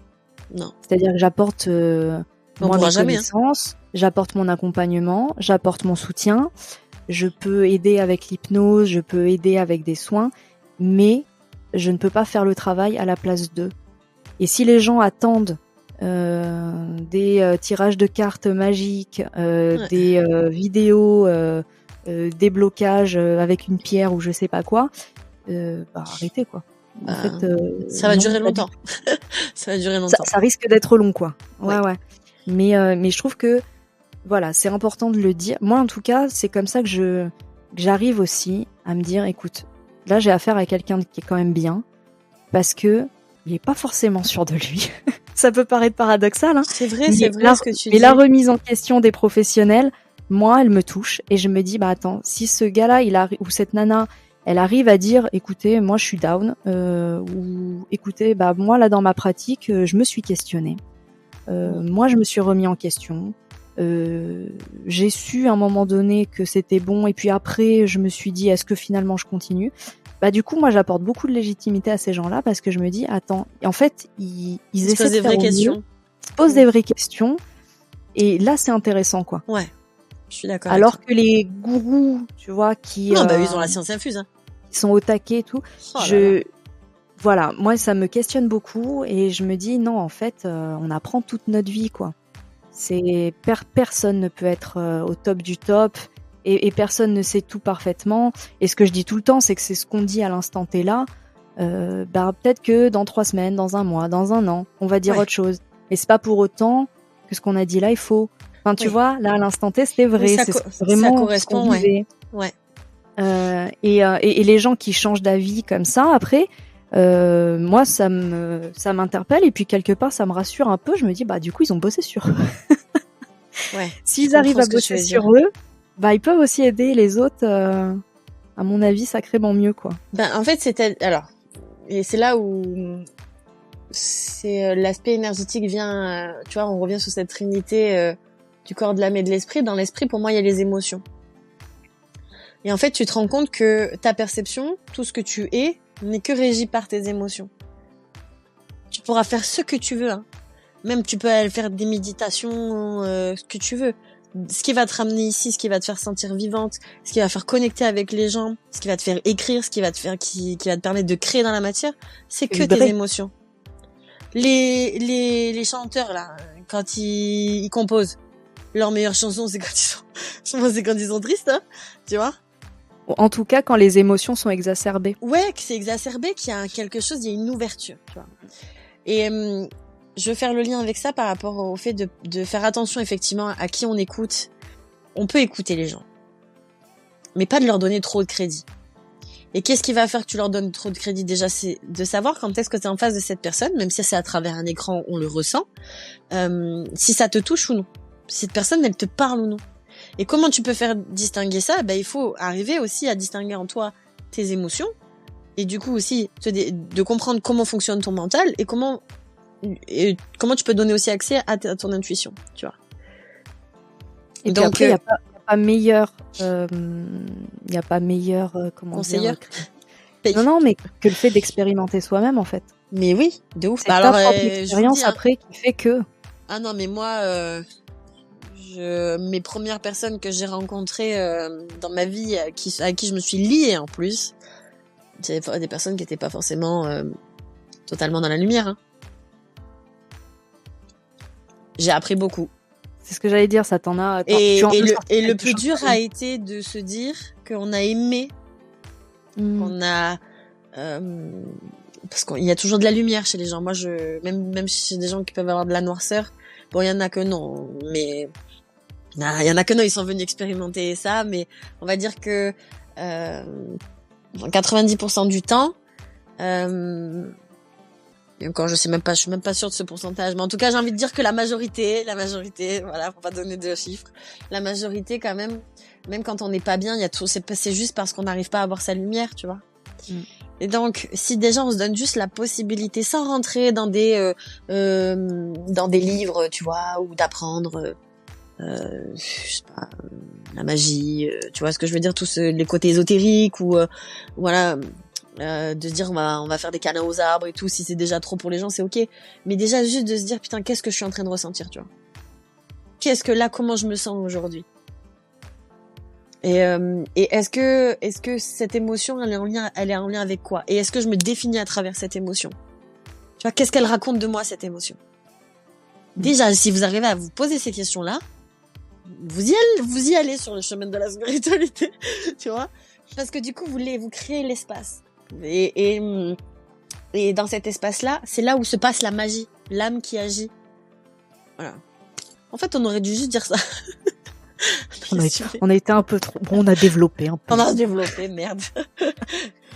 Et alors, c'était hyper intéressant ce que tu disais tout à l'heure, et ça va me permettre de continuer. Vas-y. Toi, dans ta pratique, tu parlais des guidances. Oui. Donc, tu te sers des cartes, oui. La cartomancie. Oui. T'as peut-être d'autres outils dont tu vas nous parler aussi. J'en ai pas beaucoup. C'est principalement celui-là. Mais en tout cas, tu nous expliquais que pour toi, c'est pas une manière d'apporter des réponses, mais plutôt de se questionner pour après faire un cheminement perso. Oui. Donc, est-ce que toi, tu peux nous expliquer comment tu vois ton accompagnement, comment tu te sers des cartes, parce que les gens savent pas forcément. Voilà, on en voit un peu, mais on sait pas trop.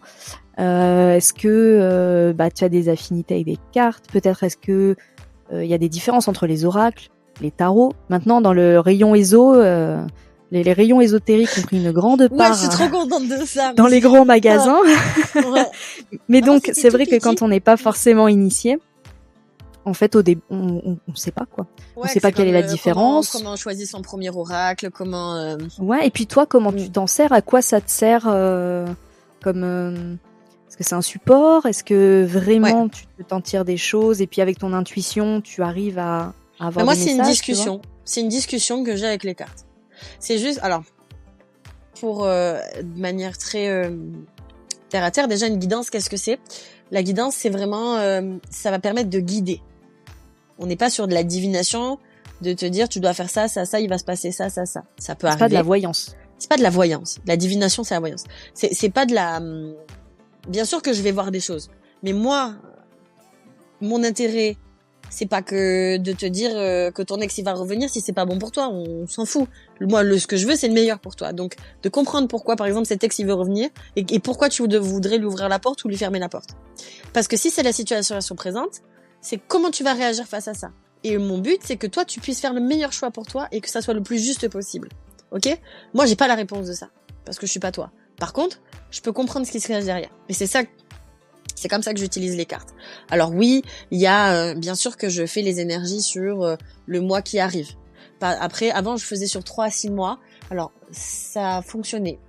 Mais pour des gens qui étaient quand même dans cette ouverture d'esprit, de se dire qu'ils sont maîtres de leur vie, même si on a une destinée, mais qu'ils ont, tu vois, un libre arbitre. Oui, mais qu'ils ont conscience de leur libre arbitre, tu comprends ? Mais ça fait beaucoup d'infos et en fait 3 à 6 mois en vrai ça peut trop vite changer. Donc ça c'est quand après j'ai mis en place les soins que j'ai enlevé. Donc oui, je vais voir mais c'est pareil, quand je vais voir sur les énergies des 30 jours qui arrivent, c'est une dynamique. C'est qu'est-ce que tu vas être invité à vivre. OK ? Parce que en vrai, ça sert à rien si tu sais déjà tout le déroulé. Même si je sais que toi comme moi, des fois, on a envie de savoir ce qui se passe dans l'espace et de se rassurer. On a le contrôle de l'être humain. Voilà. Oui, mais bon, ça serait bien de savoir si, tu vois, je vais signer ou est-ce que je vais... Oui, tu vas signer. Alors des fois, j'ai des datations qui sont très claires parce que c'est très marqué dans l'énergie de la personne et que c'est OK et c'est OK de le dire. Mais souvent, moi, on me dit qu'on veut pas me répondre. Tu vois. Alors qu'après, j'ai des potes qui sont capables de te dire oui ou non. Mais en fait, moi, à titre perso, ça c'est pareil, je l'ai vécu. Et je me dis, mais attends, mais c'est qui cette personne pour me dire ce que moi je vais vivre ? Tu vois ce que je veux dire ? Si j'ai envie de vivre l'inverse, et c'est OK. Donc, du coup, je me positionne vraiment dans le fait d'accompagner un moment T. Pour moi, c'est un GPS. Je suis un checkpoint. Voilà. Mais on fait le bilan, qu'est-ce qui se passe ? Par contre, c'est carré. Tu vois, tu vas repartir avec tes infos. Normalement, ça va être... Tu vas savoir ce qui se passe. Tu vas savoir le gérer. Je te donne aussi des outils pour pouvoir gérer son émotionnel, les mantras. Je travaille sur le chakra, etc. Ça, c'est que les guidances. Après, il y a la guidance et le soin. Et du coup, là, c'est un renfort puisque du coup, on va d'abord travailler sur tes questions. On va voir ce que ça génère en toi. Tu vois, les émotions, où est-ce que ça se situe dans le corps. Et après, dans le soin énergétique, après, je fais ce qui a besoin d'être fait là-haut, mais je vais travailler aussi sur ce qu'on a vu ensemble de manière terrestre, tu vois. Et c'est 2 choses différentes. Tu proposes soit de faire une guidance avec les cartes, oui, soit de faire les... Enfin, je veux dire, c'est pas à chaque fois, non, les deux ne sont les pas soins liés, sont pas à chaque et s'il y a des gens qui veulent des guidances, ils sont pas obligés d'avoir le soin énergétique associé. Non. Moi, c'est à la carte, après, ça dépend, hein, après, je vois avec les personnes. Mais sinon, voilà, le 3/4 de mes prestations sont vraiment sur des guidances. Après, tu vois, il y a une question, il y a 2 questions. Mais il y a toujours cet espace, c'est pas genre, je vais te dire oui et je vais te laisser comme ça. Le but, c'est que tu comprennes le blocage et le potentiel de ce que tu es en train de vivre. Pourquoi ça bloque et le potentiel de pourquoi ça bloque. Vers quoi ça t'amène. Parce que si ça bloque, c'est qu'il y a une raison. Donc, où est-ce qu'on veut t'emmener dans ta conscience, à t'ouvrir, à changer ton regard, etc. Et pour travailler ça, bam, il y a des conseils. Et il y a des outils. Très basiques, souvent très enfantins. Parce que j'ai un oracle fait pour les enfants. Et je trouve qu'il va très bien pour les adultes.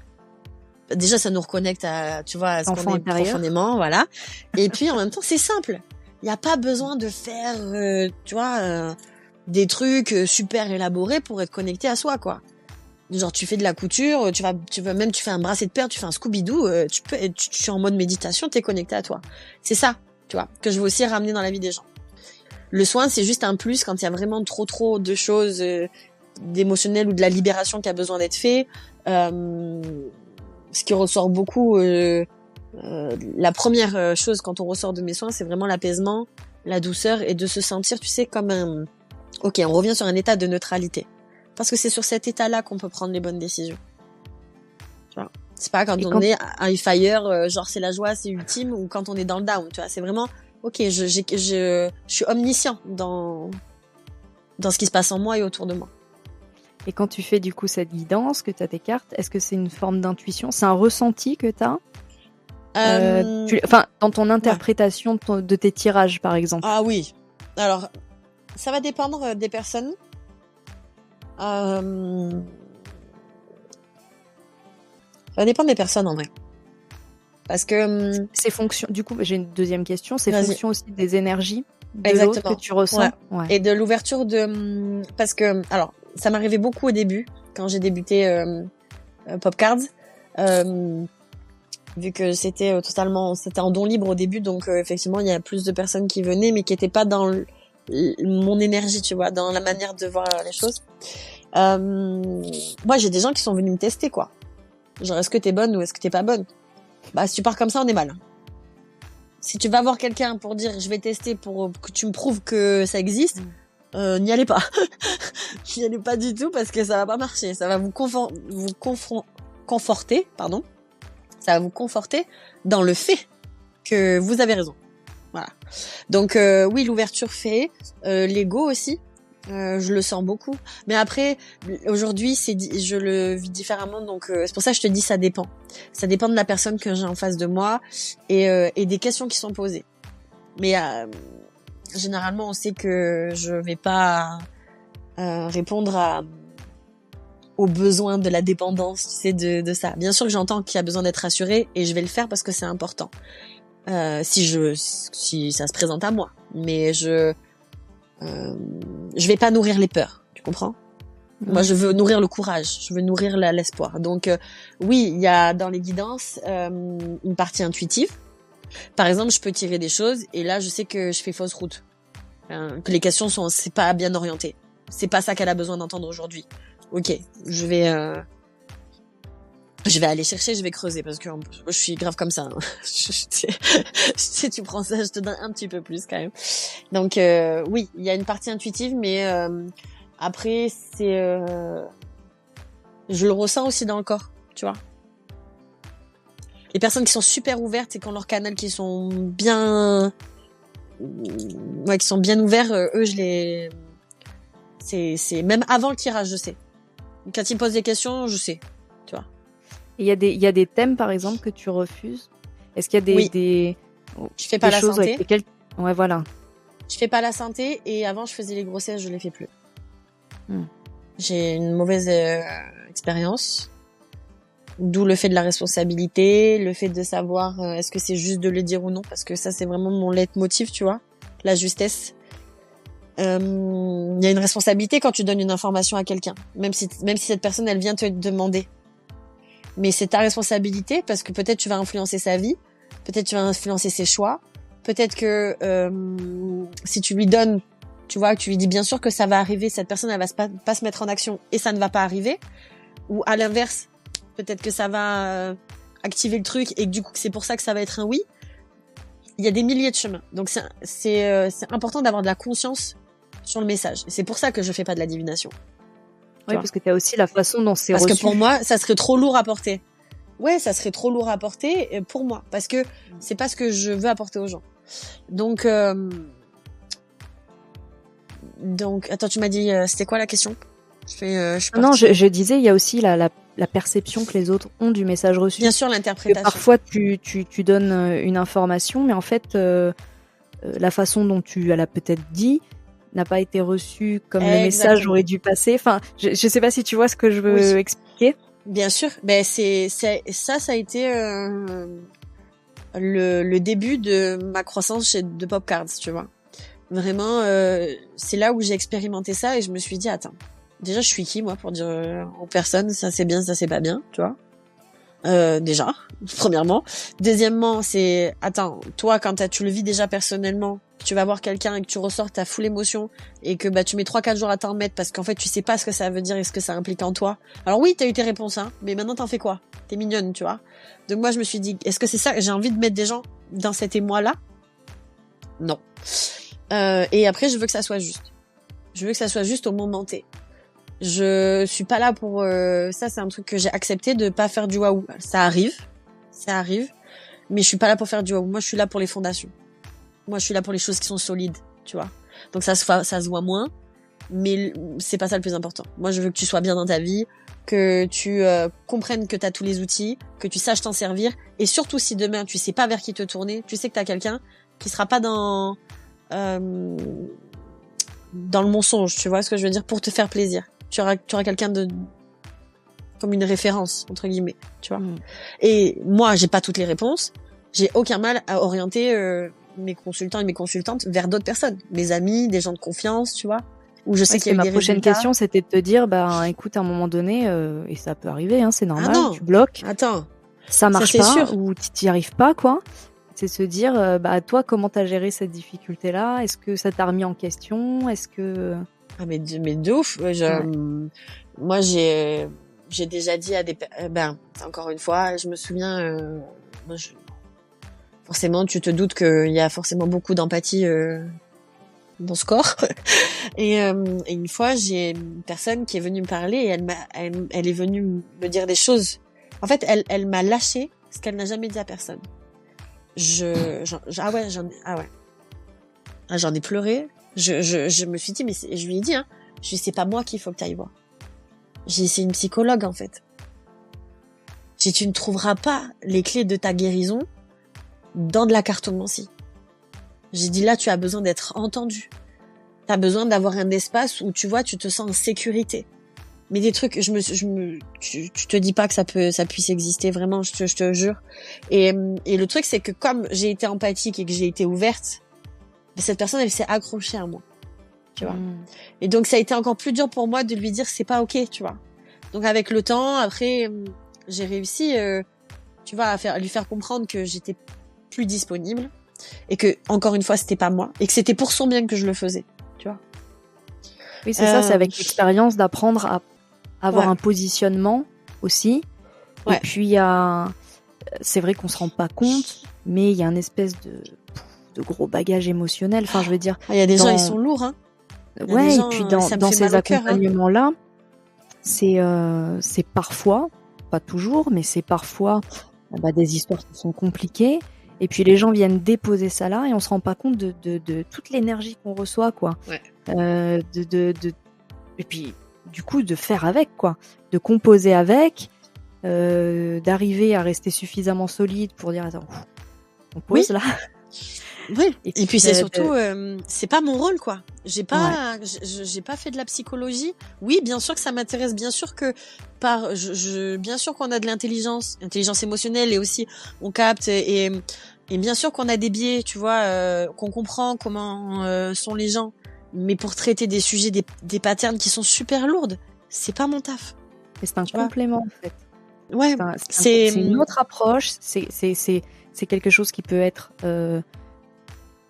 interrogé à un moment donné en plus, mais ça ne se substitue pas à un autre suivi qui peut être médical, qui peut être psychologique, qui peut être dans n'importe quelle thérapeutique par un médecin. L'hypnose, la sophro. Moi, j'ai fait de la sophro, j'ai fait de l'hypnose, j'ai fait de la naturo, j'ai vu une psychologue, j'ai vu une psychologue du travail, qu'est-ce que j'ai fait encore? J'ai fait de la médecine symbolique, que j'avais jamais fait. C'est pareil, c'est de l'énergétique, mais je saurais même pas expliquer, mais à la fin, t'as aussi les trucs de fleurs de bac. Il y a plein de choses, t'as plein d'outils. Après, il faut faire confiance au fait que tu seras guidé par les bonnes personnes. J'ai fait de l'hypnose aussi, c'était pourri, hein. Enfin, c'est pas pourri. C'est que, il y a eu un problème elle est rentrée trop dans mon ego, si tu veux. Et j'étais pas en sécurité avec elle, donc je me protégeais, j'arrivais pas à rentrer en hypnose. Mais moi, c'est mon corps, tu vois, qui a fait ça. Et je me suis fait engueuler, quoi. Tu vois. Donc, je suis quand même rentrée en hypnose parce que je rentre super vite, tu te doutes, visualisation, moi, tu me dis, regarde là-bas, 3 minutes après, je suis de l'autre côté. Et en fait, quand je suis remontée de là, une tristesse. Tu vois l'histoire des abysses de tout à l'heure? C'est ça. Je me suis dit, mais en fait, je suis triste comme ça dedans. Je me suis dit, c'est insurmontable. Je croyais que j'allais jamais m'en sortir de cette tristesse. À ce moment-là. Et en fait, c'est sorti après dans mon pied. Genre 15 minutes après, je pouvais plus marcher. Tu vois. Donc oui, elle m'a aidée, mais alors que ça a été difficile, tu vois. Je l'ai pas très bien vécu. Voilà. Et pourtant, j'ai fait d'autres hypnoses où ça s'est très très bien passé, où j'ai vu mes guides. Oui, parce que ça matchait mieux avec le praticien. Donc ça aussi, il faut le dire. Parce que Parce que toi qui es dans l'énergétique, je vais pas te l'apprendre, mais voilà, hein, les énergies de chacun. Et puis est-ce que ça fonctionne, est-ce que ça fonctionne pas. Chaque praticien a une approche différente. Chaque praticien a une identité différente. Ouais. Voilà, c'est pas parce que ça a pas fonctionné là que ça a pas fonctionné avec d'autres. Exactement. Là, c'était pas la bonne expérience. Moi, les praticiens, par exemple, pour mon cas, c'est souvent de la recommandation. C'est mes copines, ils vont recommander que nanana. Parce que si moi j'y vais de moi-même, c'est sûr qu'il se passe une dinguerie. Non, mais vraiment, je te jure, c'est un truc de fou.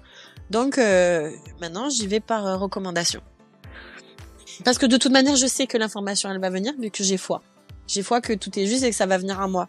Donc, comme j'ai confiance aux personnes qui m'entourent aujourd'hui, je sais que ça viendra par ce biais. Et donc, on parlait donc là, tu nous as expliqué pour les guidances, et tu as aussi abordé le fait que tu pratiquais maintenant des soins énergétiques en complément. Ouais. Comment toi, tu as abordé ces soins énergétiques? Parce que tu l'as pas fait dès le départ. Oui.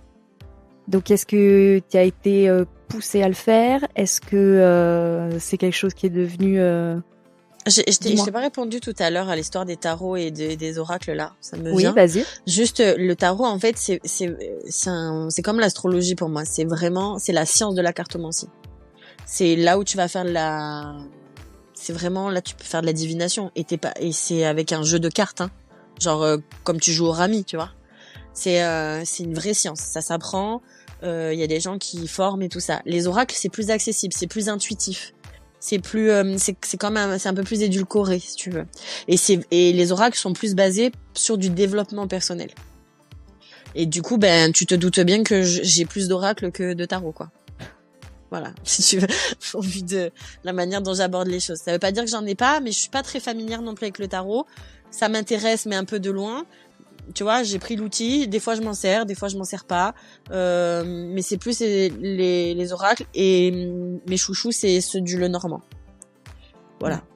Et après, il y en a plein. Après, si faut donner des noms pour des oracles qui sont très très bien pour ceux qui veulent commencer. L'oracle des Médéors, par exemple, il est très très bien pour ceux qui veulent commencer. Il est très. D'ailleurs, même tous ces oracles à Stéphanie, elles sont. Stéphanie Abellan. Ouais. Sont très très bien. Abordables. Ouais. Facilement. Ouais. Donc ça peut être un premier biais pour parce qu'il y a des oracles qui sont quand même très difficiles. Il y en a qui sont beaucoup plus connectés sur d'autres sphères, sur le langage lumineux. Enfin voilà, il y a plein de trucs. Donc c'est génial parce qu'il y a maintenant il y a une grande disposition, mais du coup on sait plus quoi faire. Donc s'il y a un conseil pour ou ceux d'Isabelle Serre aussi qui sont très bien. Moi j'ai commencé avec Dorine Virtue. Maintenant elle fait plus. Mais c'était l'oracle des fées. Après je suis des dragons. Enfin voilà. Parce que ça me parlait, tu vois, cet univers. Et puis après, j'ai eu ceux d'Isabelle Serre, que j'utilise toujours, voilà, le Normand et ceux de Stéphanie. Et de toute façon, je pense que le meilleur conseil, c'est de tester. Alors après, il y a les noms, mais vous aurez des affinités avec certains oracles, pas avec d'autres. Complètement, ouais. Ah, moi, j'ai un truc avec les cartes. Moi, il faut que ça me plaise visuellement. Il faut que les couleurs me plaisent pas, que l'abstrait ça me parle pas. Tu vois, genre l'oracle des chakras, mais quand je l'ouvre, je l'adore. C'est tout ce que j'aime, tu vois.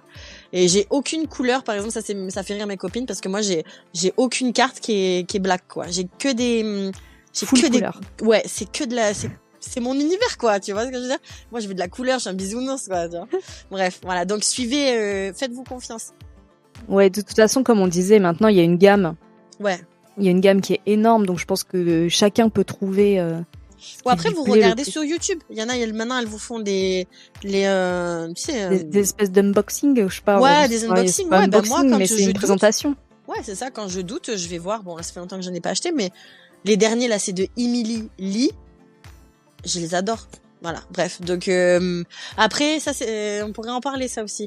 C'est pas parce que t'as 50 000 oracles que t'es une cartomancienne non plus, tu vois. Parce que quand tu vas accumuler beaucoup de choses, c'est qu'il y a une petite blessure d'abandon qui est derrière, tu vois. Donc, bon. Faut doser sur l'achat des oracles. Faut doser, quoi. Faut être attiré. Voilà. Donc, voilà. Normalement, je pense que je t'ai tout dit sur ça. Ouais, mais c'est hyper intéressant, tu vois, parce qu'au moins, on fait bien le distinguo entre les deux. Ouais. Savoir que il y a les deux possibilités qui existent. Qu'est-ce qui peut nous plaire le plus? Vers quoi on est attiré? Ouais. De toute façon, il faut toujours se fier à son intuition, à ce qui nous parle, s'il y a un petit truc qui nous attire, c'est que Et tu me demandais aussi pour les tirages, moi j'ai une amie qui m'avait un peu expliqué, mais après c'est pareil, c'est toujours en lien. Ton interprétation, la manière dont tu vas tirer, c'est une résultante de ce que tu es. Tu tires les cartes, toi? Ouais. Voilà. Et donc ça doit être en résonance avec ce que tu fais. Voilà. Moi, je déteste lire les bouquins, enfin les modes d'emploi. Je le fais déjà pas pour construire un placard. Tu crois pas que je vais le faire pour... Non, je dis c'est bon, je sais, t'inquiète. Et tu vois. Et en fait, comme je te dis, c'est une discussion. Mais même pour quand je fais mes voyages astro, hein, en conscience, pas ceux de la nuit. En conscience, quand je vais faire pour mes vies antérieures et tout, quand je veux voir qu'il y a quelque chose qui est bloqué. Pour distinguer, parce que j'ai le mental qui est toujours, moi c'est une grande machine, donc je fais une discussion avec mes cartes. Quand je vois des images, je dis ok ça c'est bon, tu vois, ça me valide. Après je dis ok je suis en train de voir ça, j'ai une discussion, tu comprends? C'est une personne à part entière quoi. Voilà, je sais que tout le monde fait pas ça, mais toi c'est voilà, c'est juste pour expliquer qu'il y a pas de protocole. Ouais. C'est comme ça en tout cas que t'as la facilité de les utiliser quoi. Exactement. Et du coup, pour les soins, tu m'as demandé comment c'était... Alors, je t'ai demandé si, du coup, que c'était quelque chose que tu avais rajouté en plus, c'est pas quelque chose que tu as commencé dès le début. Ah oui, voilà, c'était quand ça. tu accompagnais. Oui. Et du coup, est-ce que c'est parce que c'est quelque chose qui s'est imposé à toi et que tu t'es dit, mais en fait, il faut que je... Exactement. Il faut que je le fasse, quoi. Alors, c'est pas moi qui ai dit, il faut que je le fasse. C'est là où... C'est l'invisible. C'est le grand plan, qui Dieu, l'univers, ce que vous voulez, mais ça fait 4 ans que je sais. Mais c'est comme la clairvoyance, par exemple. La clairvoyance, j'ai ouvert dans la visualisation et tout ça, je suis ok de voir sur certains moments, mais je suis pas du tout ok de voir des trucs dans ma chambre, quoi. Tu vois. Donc et ça, c'est dit. Coup, tu dis ça fait 4 ans, mais parce que toi, tu te refusais de le faire par manque de légitimité. Exactement. Et surtout, par peur de manquer de protection. De pas savoir, par contre, tu vois, je lis pas les modes d'emploi, mais par contre, je veux pas mettre des gens avec une armada d'entités derrière eux, tu vois, et de dire, oui, ça y est, je suis énergéticienne, c'est génial, c'est la folie, je me raconte une vie, tu vois. Et puis, en fait, parce que j'ai rencontré des personnes pas forcément lumineuses et tout, et que je me suis dit, ouais, c'est ça, en fait. Donc, en fait, si j'ouvre la porte de ça, c'est-à-dire que je suis obligée d'ouvrir la porte pour tout. Tu comprends? Oui, en fait, tu t'es pas sentie assez outillée. Ouais. Pour dire non, mais là c'est bon, c'est safe et je peux y aller et faire mes accompagnements avec. En fait, t'avais besoin d'abord toi de te rassurer, de te former. Oui, alors par l'expérience. J'ai rencontré, enfin c'était une copine, que j'ai rencontrée sur les réseaux, pareil. Et il s'est avéré que au moment où je cherchais quelqu'un, alors j'ai cherché du monde. C'était non, c'est soit les personnes, enfin bref, c'était pas la bonne personne. Et quand j'ai demandé à cette personne-là en avril, fin mars, pour moi c'était un truc de longue haleine. Hein. Pour moi c'était pour l'année prochaine. Hein. Tu vois ce que je veux dire? Genre vraiment, parce qu'en plus, voilà, je veux que ça soit safe pour tout le monde, autant pour moi que pour les gens, comprennent ce que je suis en train de faire, parce que c'est important. Et en fait, quand j'ai commencé à faire avec elle, je me suis rendu compte que déjà j'avais plein de trucs. Enfin, il y avait plein de connaissances que j'avais, mais que j'avais jamais mis dans cette case-là. Tu vois. Et puis après, on a commencé à faire. Déjà, c'est simple. Le premier soin que j'ai fait, en fait, déjà, j'ai appris que je faisais des soins sans m'en rendre compte. Donc, tu m'étonnes que j'étais fatiguée après les guidances. Tu vois. Et le truc, c'est que je me suis rendu compte que je faisais ça partout. C'est-à-dire que moi, je croyais que je canalisais que quand je faisais guidance, mais comme j'avais pas conscience de mon canal qui était super ouvert, c'est-à-dire que quand je sortais dehors, je fais faire mes courses ou je me promène ou quoi, je capte pour les gens, tu vois. Donc je les nettoie sans m'en rendre compte. Donc moi, j'arrive chez moi, je suis épuisée. Et je me dis, ah voilà, tu vois, j'ai trop forcé, voilà, nanana. Non, c'est juste, tu vois, j'avais pas le bon regard. Donc en fait, elle m'a permis de faire ça, de remettre de la structure dans ce qui se passait en moi. Donc quand on a fait les premiers voyages et tout, elle me le disait, elle me disait mais c'est ouf quoi. Elle me dit mais t'es ultra rapide. Bah en fait oui parce que je lui dis bah oui mais ça je le fais chaque nuit. Enfin tu vois ce que je veux dire? Normal. Cette histoire de tout à l'heure. Parce que vous faites pas ça non plus. Toi. Mais vous faites pas ça. Je comprends pas. Tu vois? Ça c'est Estelle. Estelle en fait elle a des capacités incroyables. Elle se dit mais attends mais Bah, parce que tout le monde n'est pas équipé de ça. Attends, tout le monde n'a pas ce tapis volant, je suis désolée. Tu vois? Et donc donc il y a eu le temps d'acceptation, et après quand j'ai compris et que j'ai compris comment me protéger, du coup il y a eu aussi le passage, avant ça il y a eu le passage de défunt, parce que je voulais pas ça. Je voulais pas, et je voulais pas être folle en fait. J'étais déjà perchée sur des trucs. Enfin, j'avais déjà assez l'étiquette. Je me suis dit, c'est bon, si je vois des trucs, maintenant que je parle à des gens comme ça. Ça en plus, c'est pas possible. Tu comprends? Bon, finalement, non, ça s'est pas passé comme ça, et ça a été incroyable, ce passage de défunt. Et après, c'est pas ce que je fais, hein. C'est pas sur ça que je table. Mais ça m'arrive, voilà. Et t'as la capacité de le faire, mais tu n'axes pas ta pratique là-dessus. Ouais, exactement. Voilà, exactement. Et donc pour les soins, ben ouais, après du coup, j'ai compris. En fait, quand je suis en haut, en conscience, c'est ultra fluide. Genre, je me pose aucune question. Comme quand je fais des soins, tu vois, demain on fait un soin ensemble, on sera de l'autre côté. Quand je fais le débrief, après, on dirait vraiment que j'ai fumé de la drogue. mais ça fait sens quand même. Mais quand c'est là-haut, pour moi, c'est ultra logique. Tu vois? Oui, c'est limpide en fait. Ah ouais, et puis il y a un truc, je dis ok, il faut faire quoi? Non, je dis il faut faire quoi? Ok, il faut faire ça. J'entends, je dis des mantras, tu vois. Là, et chaque soin est différent. J'ai un protocole, j'ai des étapes que je suis pour moi avoir mon cadre. Mais dedans, ils le savent. Je suis une artiste, quoi. Tu vois, on est là pour nettoyer. C'est le car wash. On est là pour nettoyer. On remet ce qu'il y a besoin, on fait l'espace, on met ce qu'il y a besoin, et après on fait la convalescence. On fait l'infusion du soin pendant la dizaine de jours, tu vois. Et après on en repart. Ça pour moi c'est très très important, et toutes mes consultantes elles le savent, c'est que moi je suis on peut m'envoyer des messages et je réponds dès que je suis dispo, mais par contre je réponds.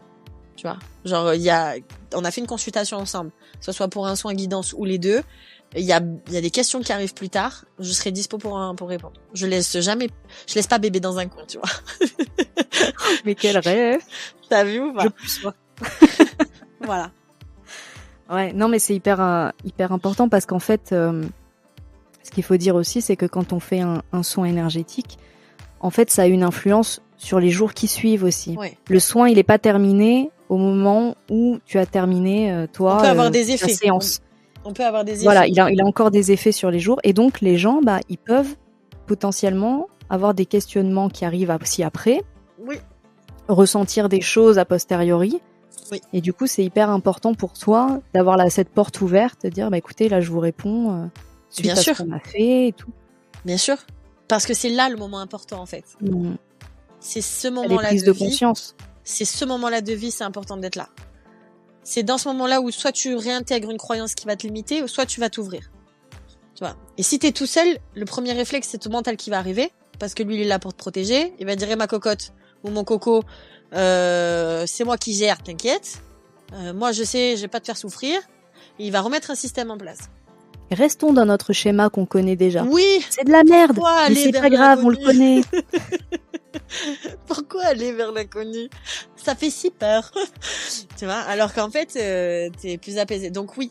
Et en fait, des fois, il suffit juste d'être rassuré à ce moment-là, et hop, on réenclenche autre chose. Donc, pour moi, c'est super important de répondre à ça.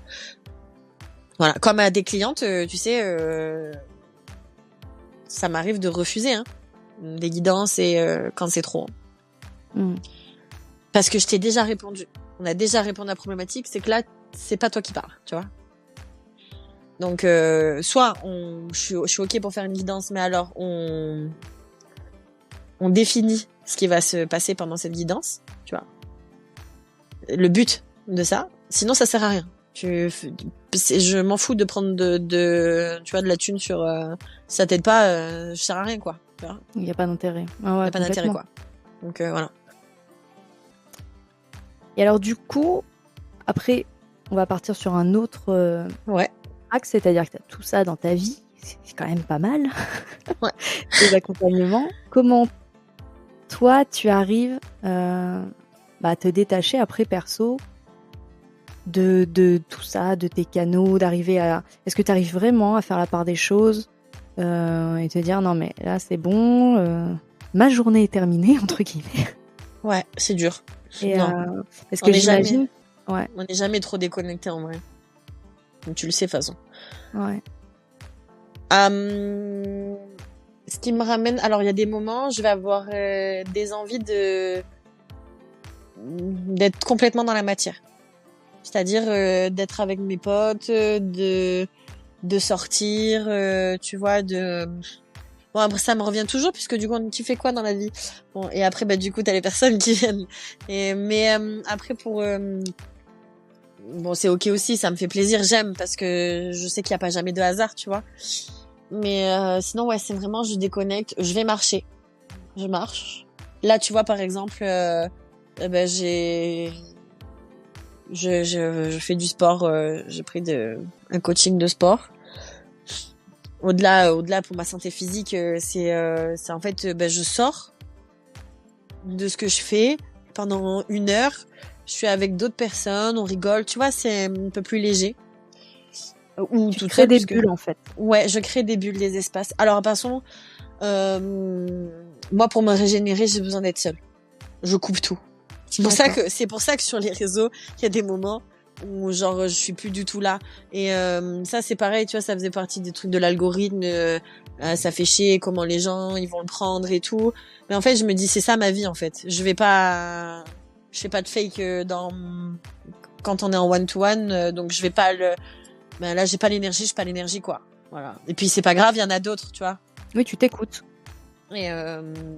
Et tout est juste et l'important c'est d'être bien avec soi pour pouvoir avoir l'autre après, pouvoir accueillir l'autre, tu vois.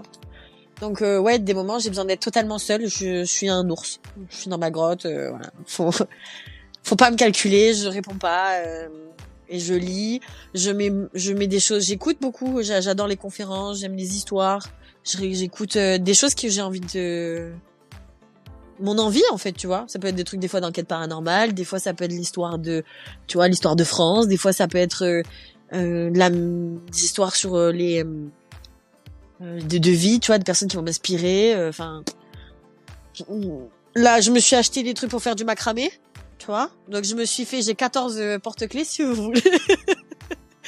Estelle, elle lance un deuxième business, donc. Voilà.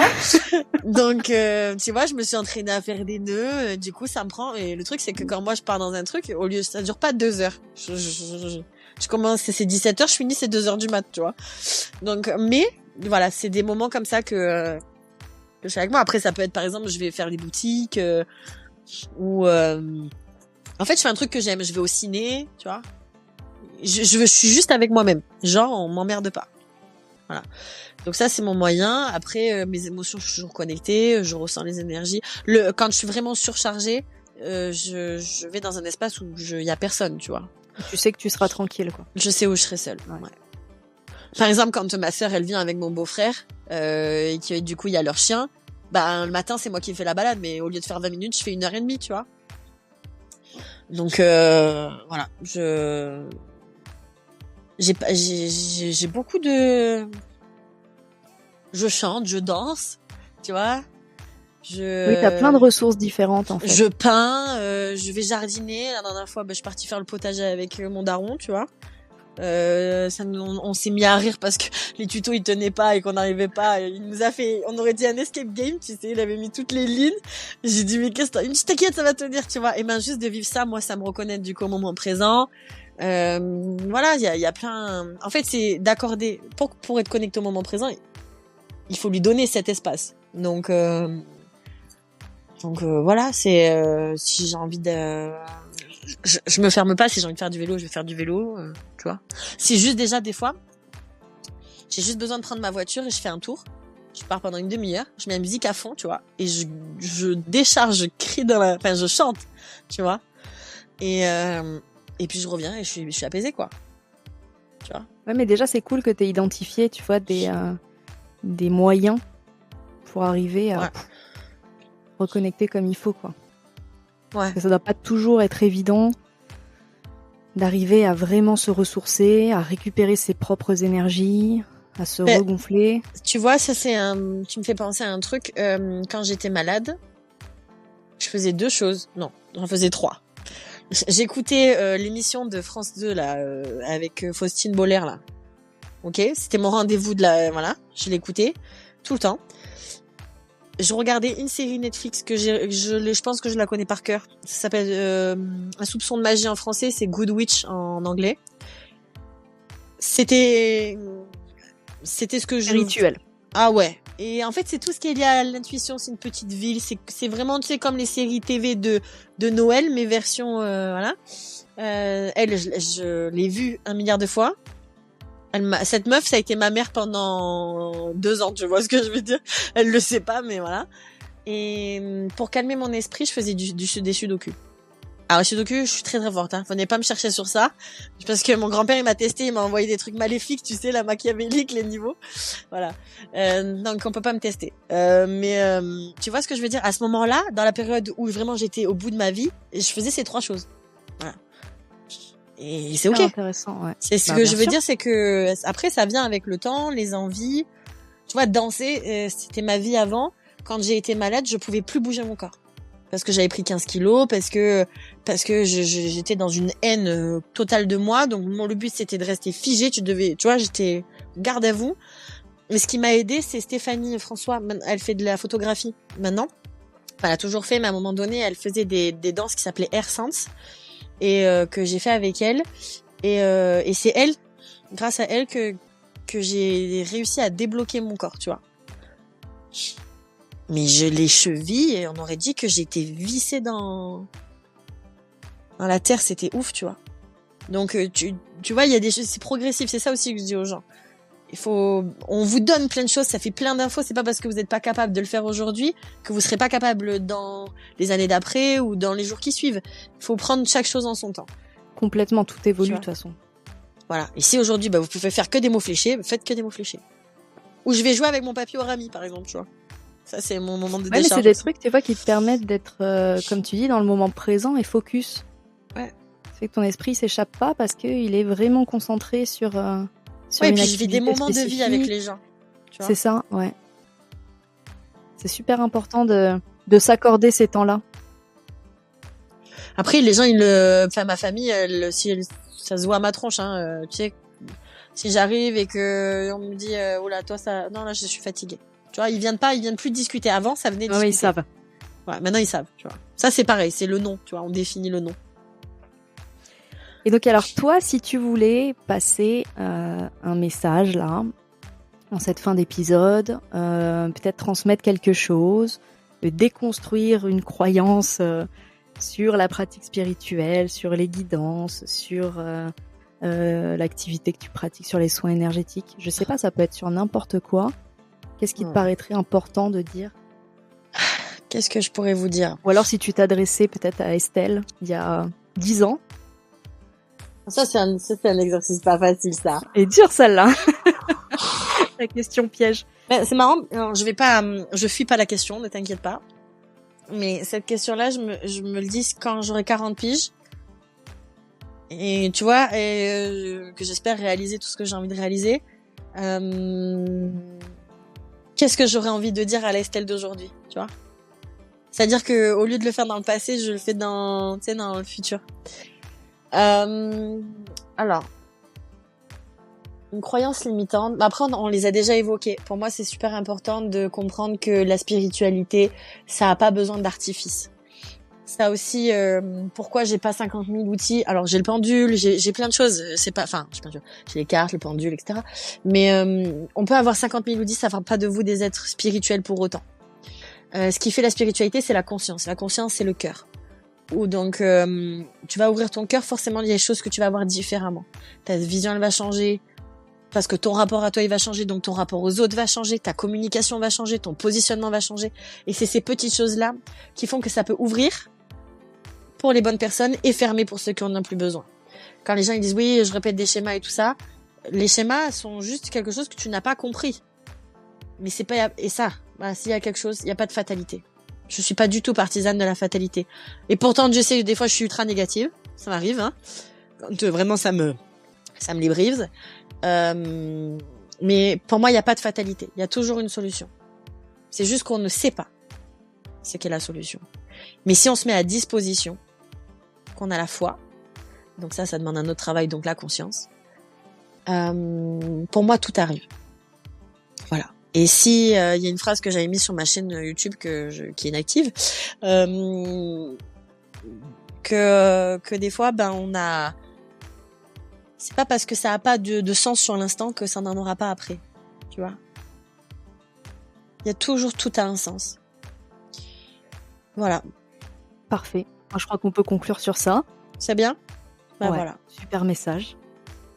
Je vais mettre en description évidemment tous les liens pour retrouver Estelle sur ses réseaux. Là en ce moment de toute façon tu continues de recevoir des demandes de prestations, je suppose, des demandes de guidance, tout ça c'est toujours ouvert. Donc si vous avez envie de découvrir ou même de redécouvrir, peut-être que vous en avez déjà fait mais pas avec Estelle qui est incroyable. Oh. Arrête, tu vas me faire pleurer. Oui. Eh bien voilà, je vous mettrai tous les liens dans la description du podcast.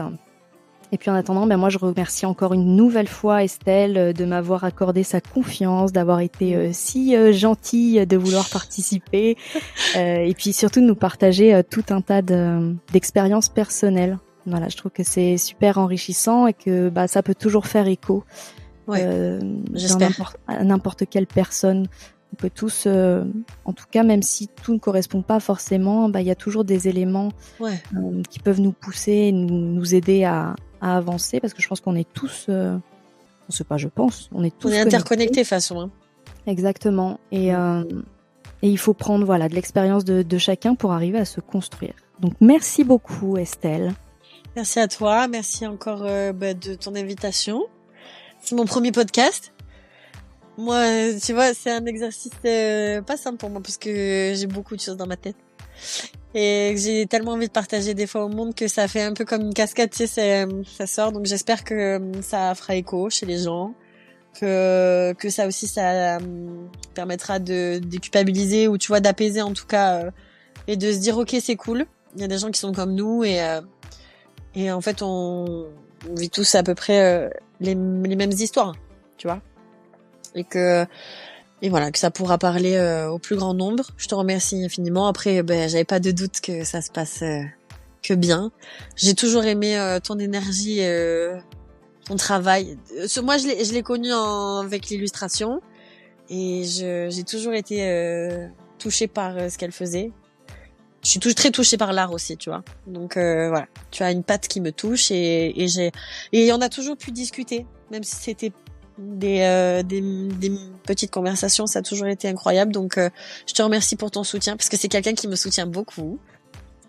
Quand elle arrive toujours dans les moments où j'ai un peu le moral en baisse. Mais non, t'inquiète pas. Ouais, t'as raison, c'est bon, Stéphie, elle a dit ok. Ça c'est mon intuition. Voilà, c'est ça c'est les interconnexions, tu vois. Et des fois on a juste besoin de ça. Tu sais, il n'y a pas besoin de grandes palabres, juste besoin de dire t'inquiète, c'est ok, on y va. Donc je te remercie déjà pour tout ça, pour ton énergie, ta confiance et voilà, je t'aime beaucoup et puis de toute façon, je sais que tout ça c'est pas terminé et puis attends, peut-être un jour on fera une conférence, qui sait. Carrément. Et puis vous retrouverez peut-être Estelle dans un autre épisode pour développer un autre sujet. Ouais, il y a plein de trucs qu'on peut développer. J'ai confiance, Estelle est pleine de ressources. Sinon, c'est pas grave, on se connecte et après, la ressource, elle vient de là-haut, tu sais. On se met en canal. C'est ça. Voilà. Bon, c'est tout pour moi. Je vous fais plein de bisous et je vous remercie encore. Merci d'avoir écouté cet épisode, j'espère qu'il vous a plu. N'oubliez pas de vous abonner au podcast pour ne rien manquer des prochains épisodes.